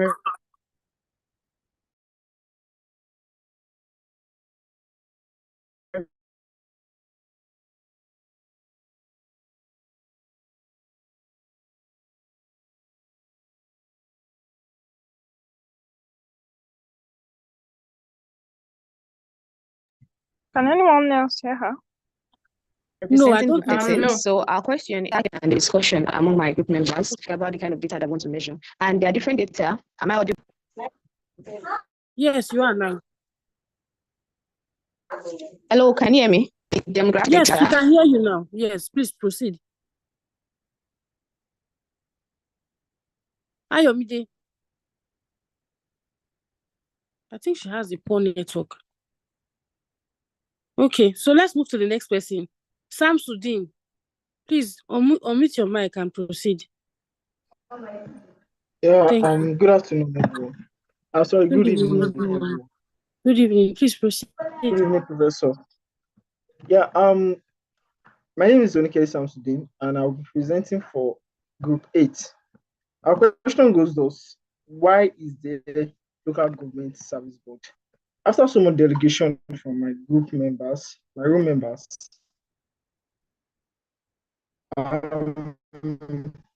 we got to know that local government service board is an administrative body established to oversee and regulate the activities of local government councils. They also ensure efficiency, transparency, and adherence to government policies. Now, what are their functions? One of their functions is personnel management. They are personnel management. They are responsible for recruitment, training, promotion, and discipline of local government staff. So through that, they ensure that qualified personnel are employed in local government council. He also oversees implementation of state and federal government policies at the local level. They are also responsible for seminars, workshops, and others for personnel. Now, to the main questions: why are there legislative board? Now, they have three importance in the local government. The first one is to strengthen local governance. They ensure that the local governments are well staffed and professionally managed by recruiting the right professionals into the local government service. They also promote accountability. They monitors the adherence of staffs or local government personnel in the service to policies, and they also reduce corruptions and inefficiencies. They also enhance service delivery by improving the performance of the board indirectly by enhancing the quality of the service that was provided to the local communities. So in terms of our expectations for this class, we're expecting to know the corners, the edges, the costs of everything about local government administration. Thank you. Okay. Thank you, Samsudeen. Next person, Giwa Yusuf Adeyemi. Please unmute your mic and proceed. Good evening, everyone. Good evening, Giwa. Giwa Yusuf Adeyemi, and I'm representing Group 9, Room 9 rather. And our question is, does local government has the auditor? The answer is no. The local government does not have office of an auditor because all the books of local government is being audited by the office of the Auditor General of the local government at the state level. The Constitution provides for the creation of the office of Auditor General at all states across the federation, and it is from this office that all the books and accounts of the local government are being audited at every financial year. So it is the Office of the Auditor General of Local Government that audits the local government. The issue also maintains significant control over local government finance in the sense that most of local government finances, that is, expenditures that goes beyond 500,000 must go through the Office of Auditor General before it could be approved and then proceeded for expense, or execution. So in the course of our discussion, we discussed about the nature of local governments in Nigeria, how it operates. Local government is generally seen as the government at the lowest level, and it is the closest tier of government to the people. It is the tier of government with which the people can relate with directly. They are the one that see to the day-to-day activities of the people at the local level and attend to their immediate problem. Some of the functions of local government we identify is construction of local roads, building of local markets, and ensuring cleaning and waste management within the community, naming of streets, maintenance of cemetery and slaughter slabs, and so on. Local government is very important in the administration of activities in Nigeria because it is the only level of government where younger politicians are being trained about the principles and the operations of democracy. And everybody that is opportune to go through this level, they end up becoming greater politicians if they have the opportunity at showing their prowess at maybe the state or the national level. We have examples of them around, like the former governor of Delta State, Okowa, who was once a supervisor at the local government, and then he moved from that level and became a governor in the state, and he performed to a reasonable extent, and few others like that. Then on our expectation about local government, or on this course, we are expecting that we broaden our knowledge about local government administration in Nigeria and see how they can improve in the service delivery. Thank you very much.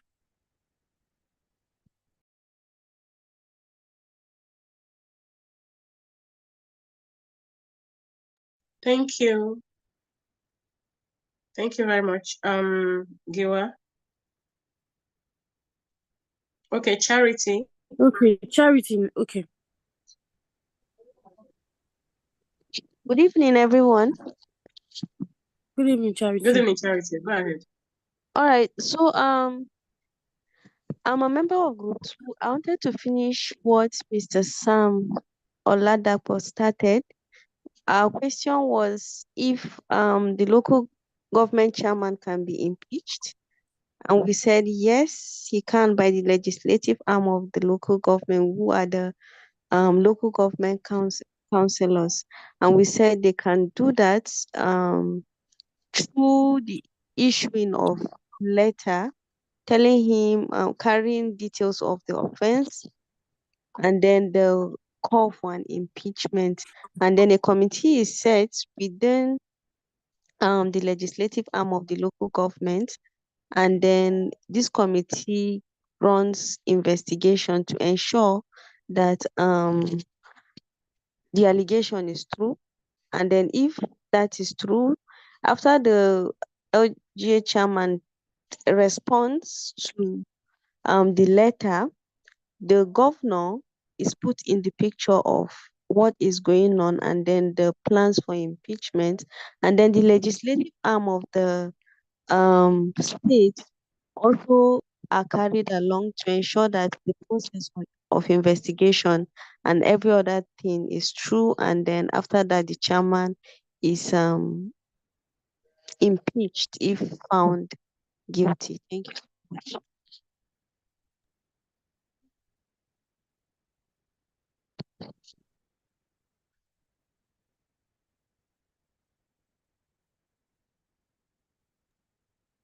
Okay, thank you, Okay.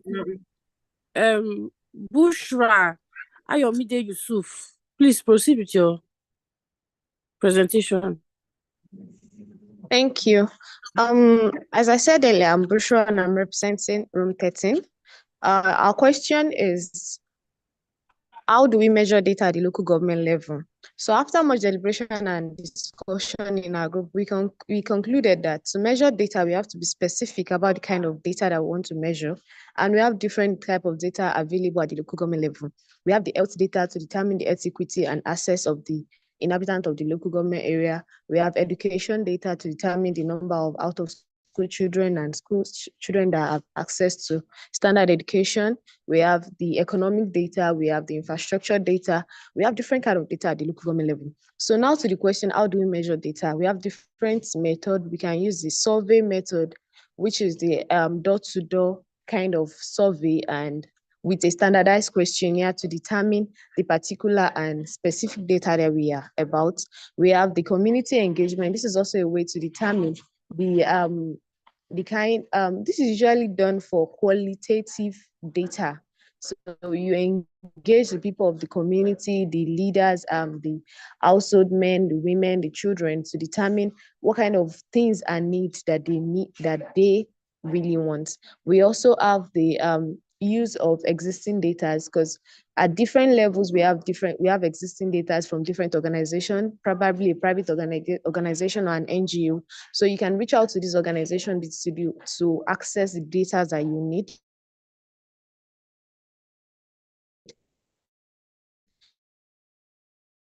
We also have the administrative data. Each local government each local government, the administrative data from which can be particular environment. These data are local government leaders. What do we hope to gain? What do we wish to gain, or expectations for this class? Our expectation for this class is to understand the intricacies and the structure of the local government, and how we can come on board as change makers, because we need to be involved in a government that we should be proud of. As Prof said, from a picture that Prof showed at the beginning of the class, is that this is how it looks like when you are silent. So for us not to be silent, then we have to understand what we are getting into and then get involved. Thank you. Thank you, Bushra. I'm going to unmute the next person. Lawal Kayode, please proceed. Lawal Kayode, are you on this call? Okay. Since he's not speaking, let's move to the next person. Welling Official, please proceed with your presentation. Okay, hello everyone. Hello. Hello everyone, good evening. Yeah, good evening. Yeah, my name is Wellington Benjamin, and I'm actually representing room 10. Our question for room 10 is the local government pension board functionable? Yes, the local government pension boards are functionable. What is its responsibilities? Now, the responsibilities of the local government pension boards are: one, they are responsible for the processing and then payment of retirement benefits to local government employees. They also ensure the adequate keeping and comprehensive pension records of local government employees. And then they also provide periodic reports on the status of the pension board. The local government pension boards is actually established by the state government. Then the key take home for us, expectation for the class or for today's presentation, is for us to be able to gain valuable skill set, knowledge, to be able to understand the operations, the challenges, the opportunities and the management of local governance.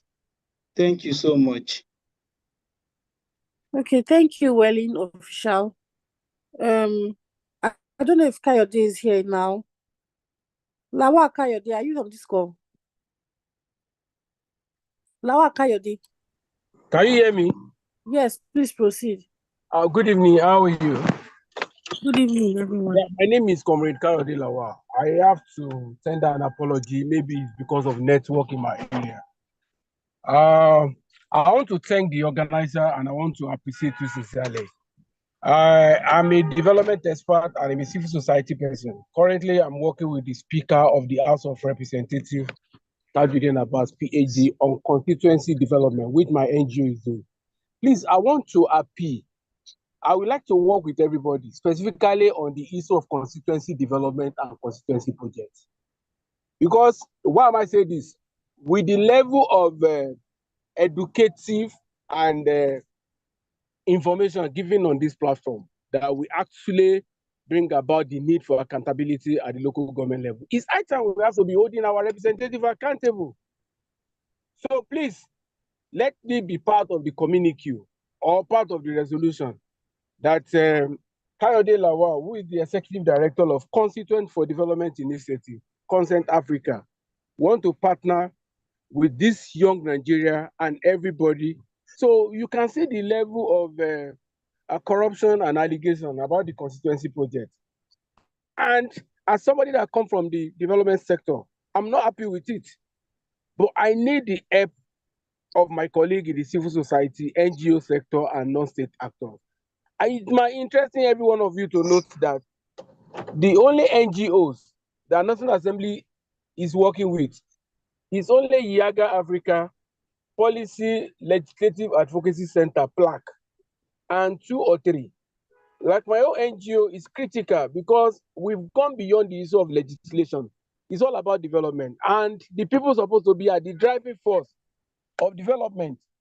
And the reason why we are lacking behind is because in the post-election, when we're supposed to engage our leader, their body language is not encouraging. So please, this training, this program has opened up my mind that we have a lot of patriotic Nigeria, as we have it on this platform, that want to make a change, that want to make our country to progress and get to its promised land. I'm appealing, please, I'm begging. I would like to partner with this group. I want us to work together. In our group, what are we doing? We have different organs. We have youth constituency sector. We have women constituency sector. That we have a lot of women in Abuja and a lot of our volunteers. They actually ask questions about most of the thematic area the so-called constituency finance and constituency project are going for, like constituency empowerment and wealth creation, constituency health mission and coverages, constituency, a lot of things. I want to thank you sincerely and I appreciate the prof for that presentation. In moving forward, please, my door is open and I want to learn more from the young people because I know that this is the crop of different Nigerians who are on this platform. They represent different communities and they know what is happening in their community. Let's exchange information. Let's work together. Thank you. God bless you. God bless Nigeria. Thank you. Thank you so much, Kayode Lawal. We really appreciate that. I'm sure you'll be put in a group. You'll be able to lend your support there and you can reach out to the admins if you want to reach out to a wider crowd. Thank you so much. And then without further ado, I would like us to invite the professor to take over his class. Be patient with us. Due to some hitches at the beginning of the class, we have to exceed the time that you are used to. So please welcome, join me as we welcome the professor. Sir, I yield the mic to you, sir. You're welcome. Thank you very much, Jessica, and all the people in the house. Ladies and gentlemen, sorry for keeping you that long.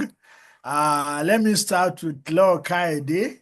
Please, Law Kaide, are you around?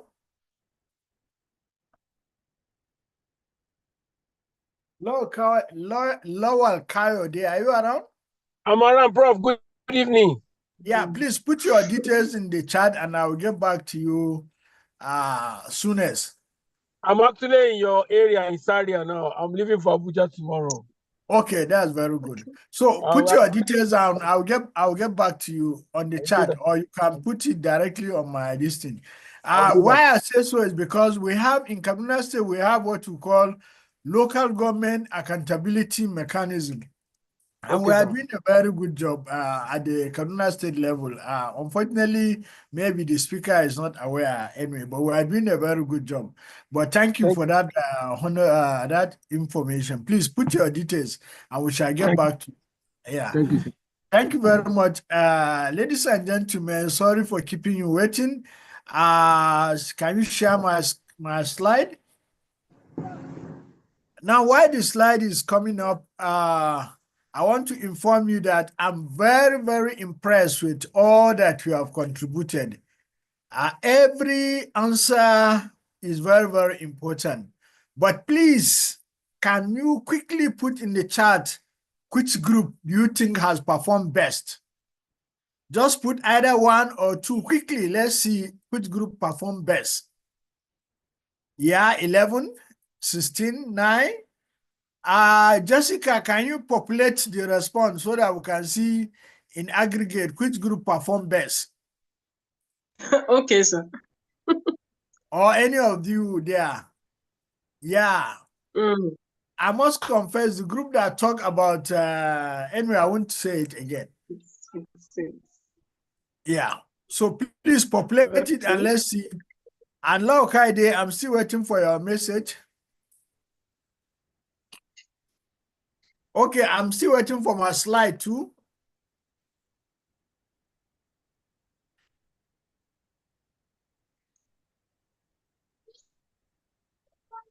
Why one person is populating the result, somebody can be sharing my slide. So basically what I'm going to tell you is what you have all said, but then let me put it in a very better way for you. Lisa, who is projecting my slide, please? Charlie, are you there? Talia is sleeping somewhere, maybe. I'm sorry to say so. Okay, just give me a minute, Prof. Let me bring up your slides. Okay.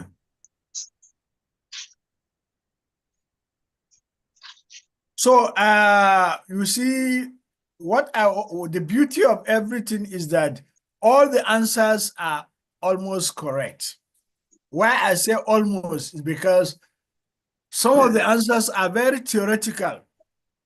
And when you get a theoretical answer, you are not likely to get something very reasonable.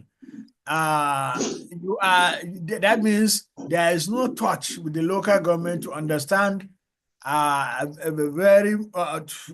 good grasp of what is happening at the local government level. But I'm happy that the last group that spoke tried a lot by saying that that's the group that spoke on data. They gave a very good background of something that I like: community engagement, felt needs, and the rest of them. I think they did try. They did try. I can't even remember the group name. Yeah. So basically, why the slide is still coming up, I don't know why it's taking so long for the slide to come up. But let me see if I can also share it from my own end, if it is possible.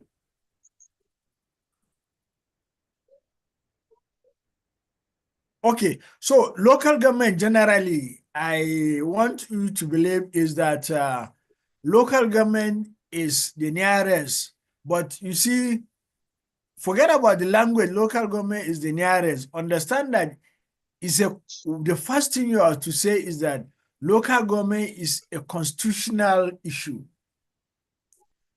It's been recognized by the Constitution.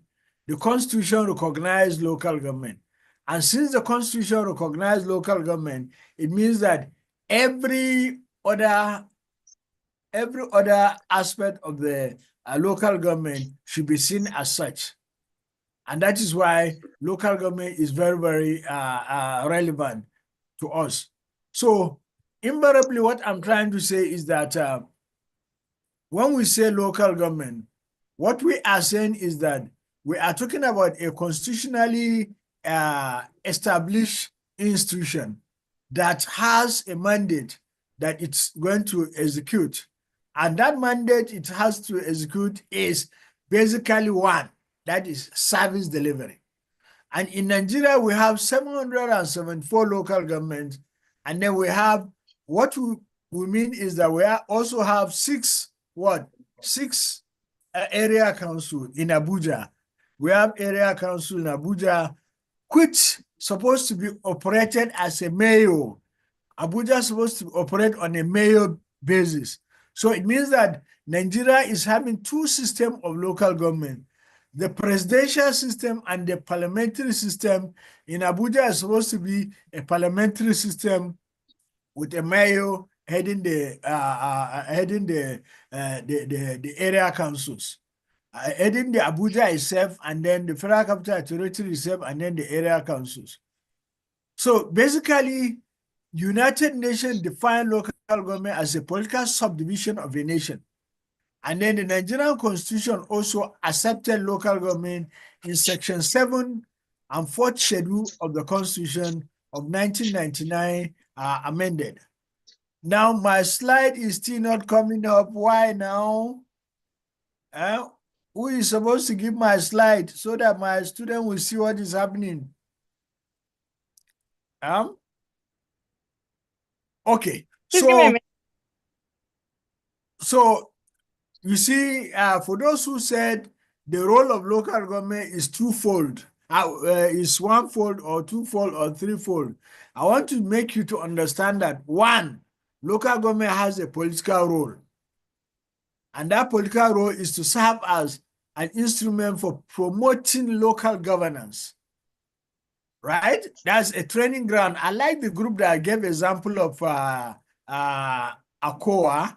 And again, I can add that example with the present Honorable Minister of the Federal Capital, Nweke. He was also a local government chairman. And then you can also talk about Senator Wamako, who was a local government chairman, a commissioner of local government, then a deputy governor in charge of local government. He was also given a portfolio of local government to handle. Please confirm if it's showing now, sir. And then a governor also. It is not showing. It is not showing. It is. So you see those? Yeah, coming up. So those are, where is Lisa? Lisa's supposed to share the slide. I'm already sharing it. I can see it from my end here. Okay. So other people are confirming that it's showing. Maybe it's that's very good. Okay. But can you see it now? It's showing at my own end, but very ugly, like so at that level, then go to the next slide. Yeah, go to the next slide. Go ahead. Go to the next slide. Next slide.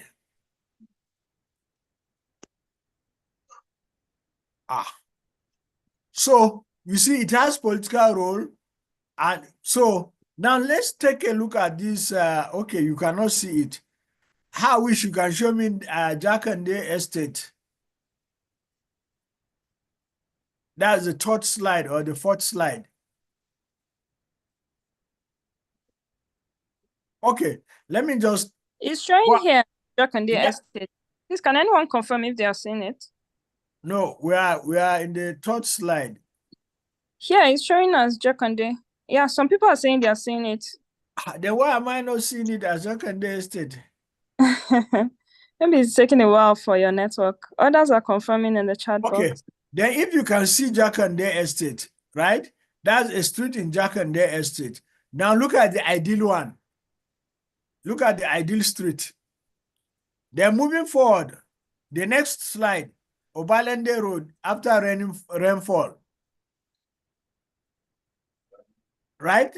Some of you will context, why am I talking about Obalende Road? Because Obalende is in a local government area. So what is the local government doing about it? So can you go to the slide talking about socioeconomic role of the local government? So the local government has also socioeconomic role, right? I'm on And that slide. yeah, that if they are seeing it well and fine. So the role of the local government is to mobilize material resources so as to serve also the people. That means the local government is supposed to be a bridge between the state government, federal government, and the local community. Now, the next slide is giving you the group that we are giving functions of local government. If there is no group, then these are the mandatory functions of local government. You see, that is why this function has to be looked at again. Because how can you say you are going to give license or wheelbarrow? How can you say you are going to give license of bicycle, right? Street light, public, yeah, this one is understandable. Roads is understandable. But some of this thing has to be done away with. But the most important one is the tenant rate and the property tax, which has been taken over by state government and federal government, because that's where they get a lot of tax. Imagine what is it like if Abuja should be the one collecting tax on those big houses in Metama, Asokoro, Aso Rock, and the rest of them. Imagine how much they will get as revenue. Then they have also mandatory role of controlling and regulating outdoor advertising and the rest of the movement of pets, shops, kiosks, restaurants, laundries, and the rest of them. Now, moving forward, they also have concurrent role to facilitate democratic self-governance close to the lives of the people. They have also concurrent role that we will see. Then moving forward, the local government is based on a structure. Sorry, I'm very fast because my network has been very poor of recent. So the administrative structure of local government, most of you have mentioned it. Now I want you to go ahead. I've already passed this slide. It's showing administrative structure here. What's showing on your end, Prof? Yeah. So administrative structure, I want you to look at this. You see, we have finance and administration, we have works and infrastructure, we have social development, and then we have agriculture and forestry. Now, which department is not included here? There's a particular department I did not include here. Who can tell me, write in the chat if you know the department that was not included? Put it in the chat. Yes? Do they call it education? Yes. Do they call it education? People have said education, yes. Amos, Achibong, Biko, Ayara. Health, yeah? Yes. Then which one again? There's one significant one that is missing. Someone was youth and works. Yeah, no, research and development. That's very, very important. Not yet. Research and development is not yet. Sports. Somebody wrote finance. Good. So please take notice of all these departments they are mentioning, because at the end of the day, I'm going to ask you some questions regarding this department in the course of your discussion during your subsequent classwork. One of the major departments that is not mentioned is that of legal department. Legal department. Take notice of it. Now, to continue, we also have organs that are controlling the local government. One of those organs is the Ministry of Local Government Affairs. You see, the Ministry of Local Government Affairs have direct responsibility over local government affairs. It manages the State Joint Local Government Fund, which is where the federal government strike most.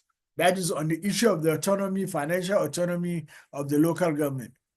But it also has zonal inspectors of the local government. So what is going to happen now with this new dispensation?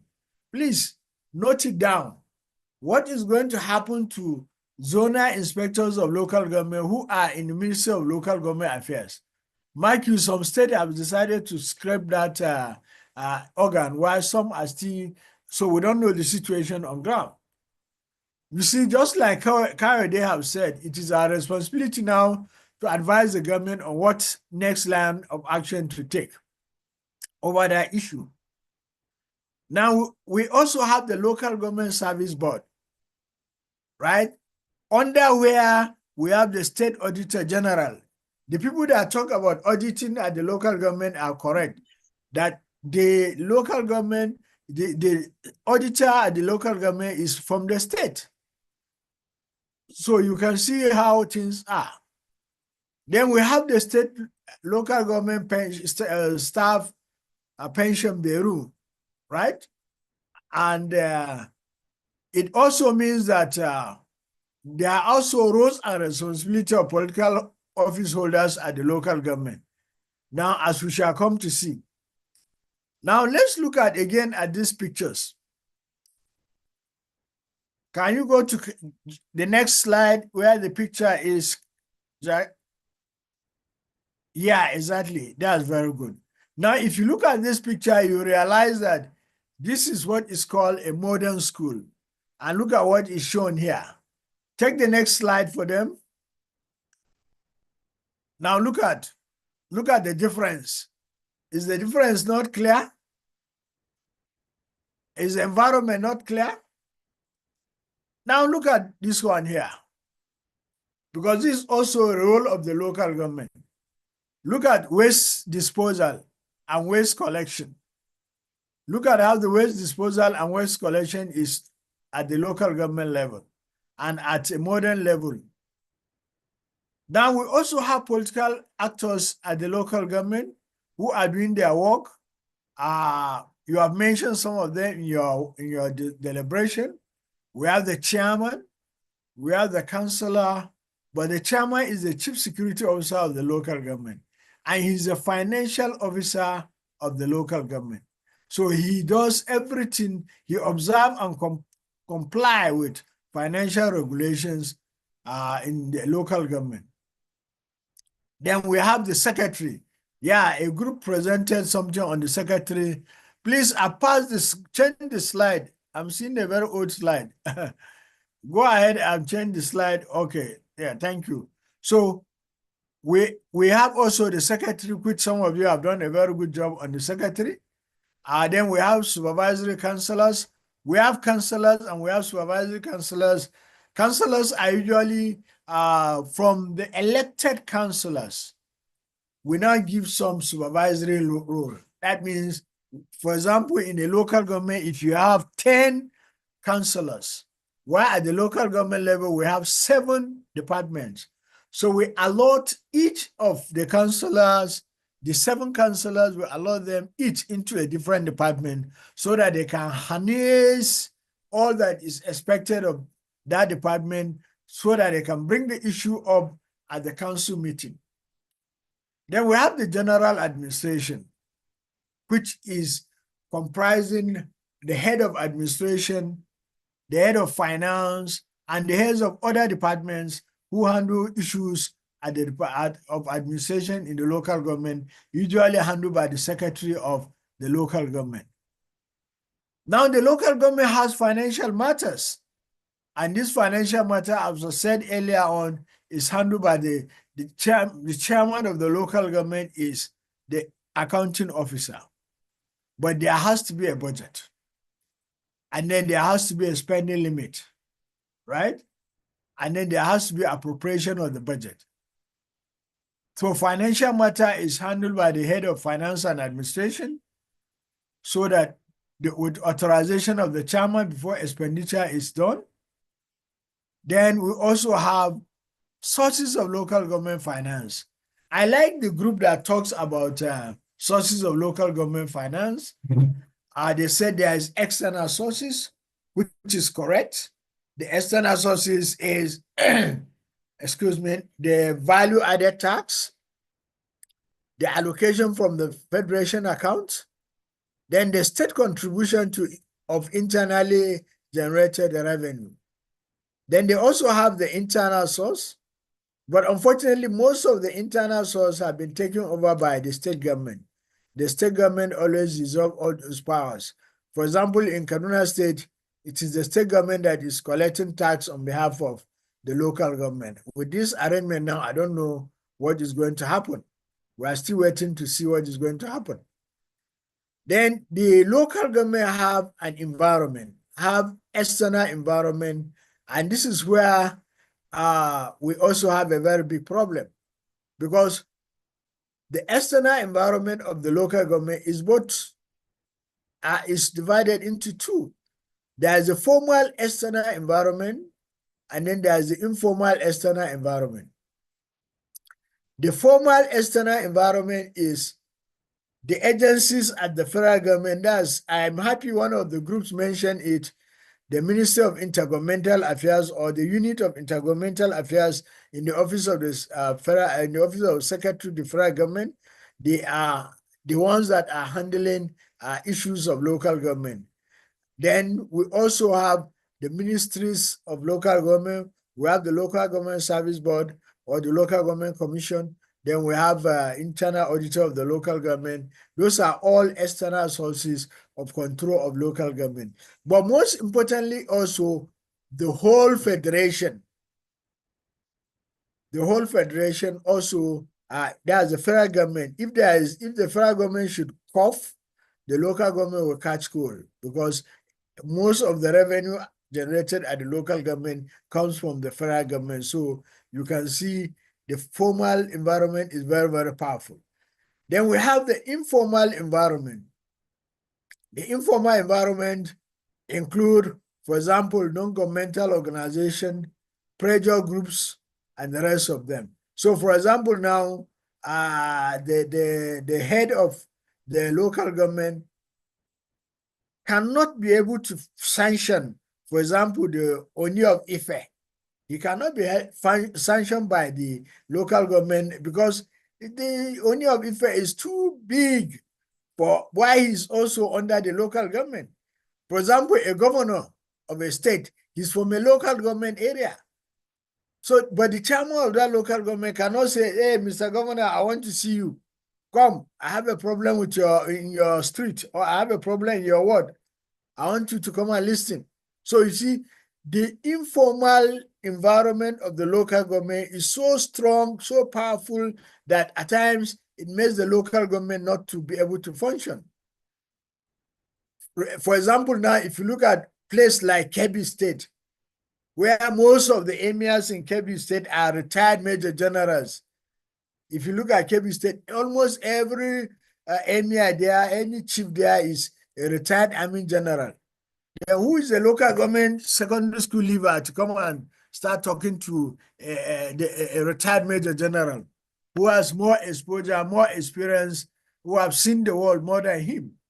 So you can see that also is I want you to note that environmental issue is also a very big impediment for the local government to survive.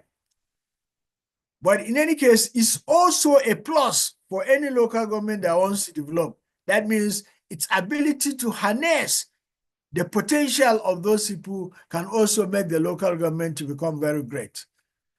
Then that means we come to the potentials of the local government in terms of provision of those facilities. Then coming to the factors facing the local government, mitigating against the effectiveness of local government in Nigeria, we've all agreed low technical and managerial capacity and skill. And this is not to say that it is the fault of the local government. No, the local government staff are collecting the least salary in Nigeria. The federal government hires, followed by the state government, then followed by the local government staff.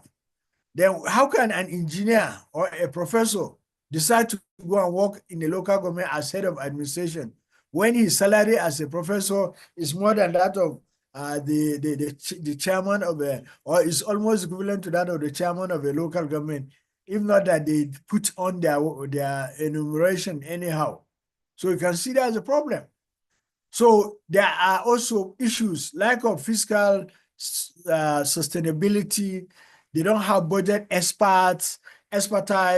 lack of economic management, and the rest of them, corruption, which Laura Kade has mentioned, and the rest of them. Now, all these are factors, but the most important factor to me is the lack of autonomy and the undue interference by higher political authorities. For example, now in almost all the states of the Federation, the party in power won all the election. In the case of Kaduna State, there was no election at all. There were just some selection that was done because we all went out to vote, and then unfortunately we stand in the queue, and then nothing happened, and then so many things like that, and then at the end of the day, people are declared as winners. So you can see that's the problem of local government in Nigeria. Now, I quickly put this slide so as to make us understand that there's also a problem. By the time the federal government and state government totally give autonomy to the local government, they were also going to have the issue of disaster management. That means all the issue of refugees, internally displaced persons, and the rest of them will be pushed by the federal and state government to the local government. So then how ready are we for the mitigation? How prepared are we? How is our preparedness? How is our response level? And how is our recovery level? All these are very important questions that has to be answered. That means we have to talk about the mitigation goals, the risk likelihood of reduction, the risk consequences of reduction, the risk avoidance, the risk acceptance, the risk transfer, the risk sharing, the risk spreading, and the rest of them. So, but we cannot arrive at this unless we understand what is the goals and mission of the local government. And that can be gotten through our data. Look at this picture on data-driven local government. Yeah, the picture is not showing very well on my screen, maybe due to network issue.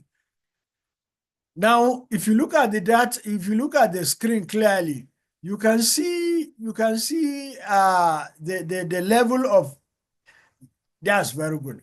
You can see the congestion, or you can see how market is full with customers and buyers and clients and even criminals.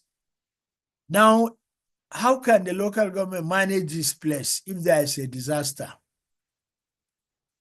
Not even talk of disaster, how can revenue be collected in this kind of place? So you see, you have to understand your goal. You have to assess your current data resources. What do we need to do? Create a learning culture. Measure what is possible. Measure what matters. This is very, very important. Right? Now, moving forward, it means that everything in summary has to be by accountability. And accountability connotes that the local government, political and economic and administrative leaders will have to lead by example. They have to set clear expectations. They have to set achievable goals. They have to have frequent discussion with their community, and they have to get feedback. And they have to be considerate. And most importantly, there has to be an environment of trust between the lead and the led. And then there must be an equilibrium, an equality among all the staff, so that there could be the satisfaction, the motivation to act. In conclusion, the officials of the local government should do their best to resuscitate public confidence in the local government. Exactly. We don't have confidence in the local government again. And the challenge before the local government officials is to ensure strict compliance with the existing rules and regulations by their own individual and collective action to ensure that they operate strictly within the letter and spirit of those rules and regulations. That's the only solution that will bail us out. And the credibility of the country there's a mistake there, and the local government system is at its lowest ebb regards to the ability of the local government to shoulder public trust. So you can see this is exactly what is happening. And I will now say thank you very much for listening. And I expect some few questions and then feedbacks so that we can have a good setting. Next slide. So the floor is now left for you. Very nice, sir. Thank you so much for the amazing session. And we'll be moving right. I will be moving right into the Q&A session. First, for the Q&A, we have Mr. Mene, and I'll be unmuting you now so you can ask your question, sir. So you can kindly unmute, sir. Good evening once more. Yeah, good evening. Prof, thank you. Prof, thank you very much. I am really privileged to have you here today. I've really been enlightened about a lot of things. Now, I spoke about the external environment of the local government, which you have really explained. Now, my question is, how can we be able to overcome this high level of interference in the local government electoral process, whereby the external environment, which is the state governor, determine who becomes the chairman and the councillors? And before we realize they've already announced their name, how can we be able to, thank you very much. Sir? Thank you very much. Thank you very much. You see, we have, I don't have the answer in a straight jacket. But one of the answer is that, first of all, there are many sections of the Constitution that has to be amended, right? That power, that part of the Constitution that gives state government power over the local government, certain sections have to be amended. That's number one. Then number two, you see, we are operating what is called democracy. That means the people are superior. The people want to determine many other things, right? But there is the low consciousness of the people over the role of the local government. And that is why the state government and the federal government can do whatever it likes with the local government, right? So in that case, what it means is that the second aspect is that there has to be some growing consciousness by the people so that they can be able to understand what is happening at the local government level. If they don't do that, then we are obviously going to not to get anywhere.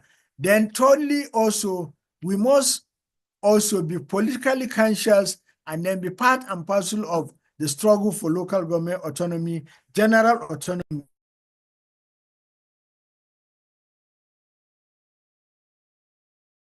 General autonomy of the local government so that we can be able to now have a very good local government system. Thank you. Thank you so much for that, for answering that question, sir. You've already delivered perfectly. And we'll be having the final question for tonight due to the shortage of time. And that would be Mr. Abdulhamid Ikrullah. You can kindly unmute, sir.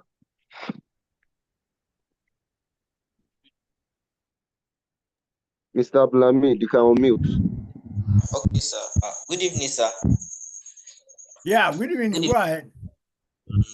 Thank you very much, Prof. Sir. Really appreciate and the session is very amazing. So my question is recently I may be giving the autonomy for the local government. They can do election. We can have councillor, whatsoever. So my question is, with the way the autonomy was given and implemented, feel like in some states the governor we are seeing one way or the other impaired and feel like they are not going to go with it, all this or that. Is there any way to feel like to put them into order that maybe they do not have any other choice, and if they go otherwise, they can be constitutionally being penalized? I mean, state governor trying to want to override the right of the word of the local government. That's a very good question that I don't even have the answer to. But one of the answers I can give you, maybe our ED may have a better answer than my own, is that it is now time for us to galvanize a force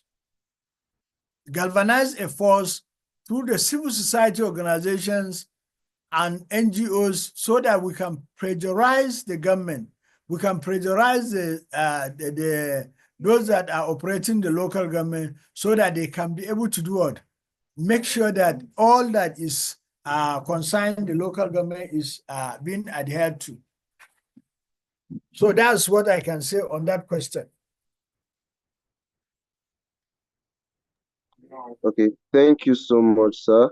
I know we all have our question for Prof tonight. I know we all have our question for Prof tonight, but due to time being fast spent, I guess we should all send our questions to the WhatsApp group, and it will be forwarded to Prof so that it can be dealt with afterwards. Okay, thank you so much, Salako. Thank you so much, Prof. It's always wait. You have chopped. So wait. You have chopped my time. Give me the answer to my question too. Which is the best group? Honestly, they all did well, but I think you already had a group in mind, so maybe you tell us the one you felt was the best. No, I'm not supposed to have a group in mind. No, you're actually the person marking the script. So I'm not the one marking. I assign you to do the marking. Where is this Lorokai? They have disappeared. No, he's still here. By what? He has not given us his details. And then I asked which local government is supposed to be considered, which department is supposed to be the most significant during this time of the financial this thing. No answer was given. The group that voted more is group 18. Why is he not willing to give us his details? Lawal, can you drop your details in the chat box? Okay, Prof, I think what we'll do is that all the people that Okay, Lawal has raised his hand up. Let him talk. Let's hear what he's going to say. Okay, Lawal, please 1 minute. Please, we've really exceeded our time. It's almost 8 p.m. Please 1 minute. Thank you. Hello, can you hear me? Yeah, we can hear you clear. Prof, thank you so much, sir. I'm very happy to learn from you and for your sacrifice to come and give a layman like us all this information. I've dropped my detail to you, and I'm looking up to work with you to learn from you. I've not seen it. I've sent it on the WhatsApp chat. Oh, I'm not on the WhatsApp chat. I'm a director in the. So I'm not. This in. Okay. What we do is that let me. I'll send it to you, Prof. Okay. Who is that? Who is talking? This is Lisa. Oh, Lisa. I'll share it with you. Oh, okay. Send it to me now so that I can just chat with him immediately because I'm very busy. I have another lecture to go to again by 9 o'clock. Prof. Yeah. So, I think most of the question they ask is basically about the need to actually reform our constitution and review some aspect of the constitution. The chapter 22 of the constitution actually challenges us as Nigeria to hold our leader accountable. So now the current National Assembly want to work on some review of the constitution as we are reviewing the constitution now. One of that aspect is advocacy for the independent candidature. Mr. Lawal, 1 minute is almost up. Okay, thank you so much. I really appreciate it. Thank you so much. And okay, thank you very much. Sorry for today's session, and please feel free to call me your WhatsApp group so that we can also chat, we can discuss, and the rest of them in moving the local government forward. I please thank Jessica, Lisa, thank you so much. who again? All that make this possible. Thank you very much. Thank and you. Sorry, I was one that caused the inconvenience. I should have told you earlier on that the breakout session, how it is going to be. I'm very sorry for that.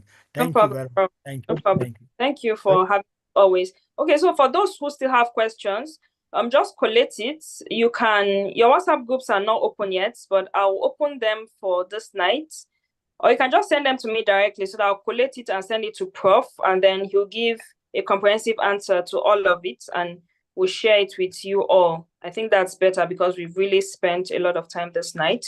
So if you have questions, just send it to me and I'll collate them and send it across to Prof. And I'm sure he'll be glad to answer them and I'll send the responses back to everyone. Especially I've seen some of my Junior Chambers International members. Please, you're welcome. Aishat Usman, Sakina Bello, all of you are welcome. Thank you. All right. Thank you so much, Prof. Also, for the students, please, you've been split into your different groups. I'm sure you've all that. I've seen a lot of you join your party groups. Please, for those who are yet to, kindly scroll up on the WhatsApp group, the general WhatsApp group, look at the list, check for your name and join the party that is corresponding to your name. Please, like we stated earlier, this was a random selection. There was no preference given whatsoever. So even if you're in another party in real life, this is just a simulation. It doesn't mean that you're not going to be in your party in real life. It doesn't mean it's not going to affect anything. So please, let's be orderly and let's endeavor to maintain discipline and be in the party we were assigned to. Don't say you want to join the party that you're in the real world. This is just a simulation. So please, and if you can't find your name on any of the lists and you have filled the Google form, reach out to Chalia and she'll sort it out. We expect everyone to have joined their parties by this night and by tomorrow morning so that we can start the onboarding session and then your assignments, group assignments can start rolling in. So thank you, everyone. We apologize again for the time that has been fast spent this night. It wasn't intentional. None of our classes are supposed to exceed 7 p.m., but because of the nature of today's class, the breakout sessions and the little hitches at the beginning, that was why we had this extension. So we really apologize for that. Thank you for being patient, and I'm sure you've learned a lot this night. So our classes will continue next week, Friday. Classes are Fridays, Saturdays, and Sundays. But in the meantime, in your different groups, the group will soon be open. I'm sure by tomorrow, your team leads will address you and welcome you, and then you can start engaging and interacting with each other in your individual groups. So thank you so much. Thank you to all the moderators. Thank you, Jessica, Adesua, Salako. Thank you, everyone. Well done. Thank you again so much, Prof. It's always a privilege to have you in our midst. Thank you for giving us of your wealth of knowledge and experience. Thank you, everyone.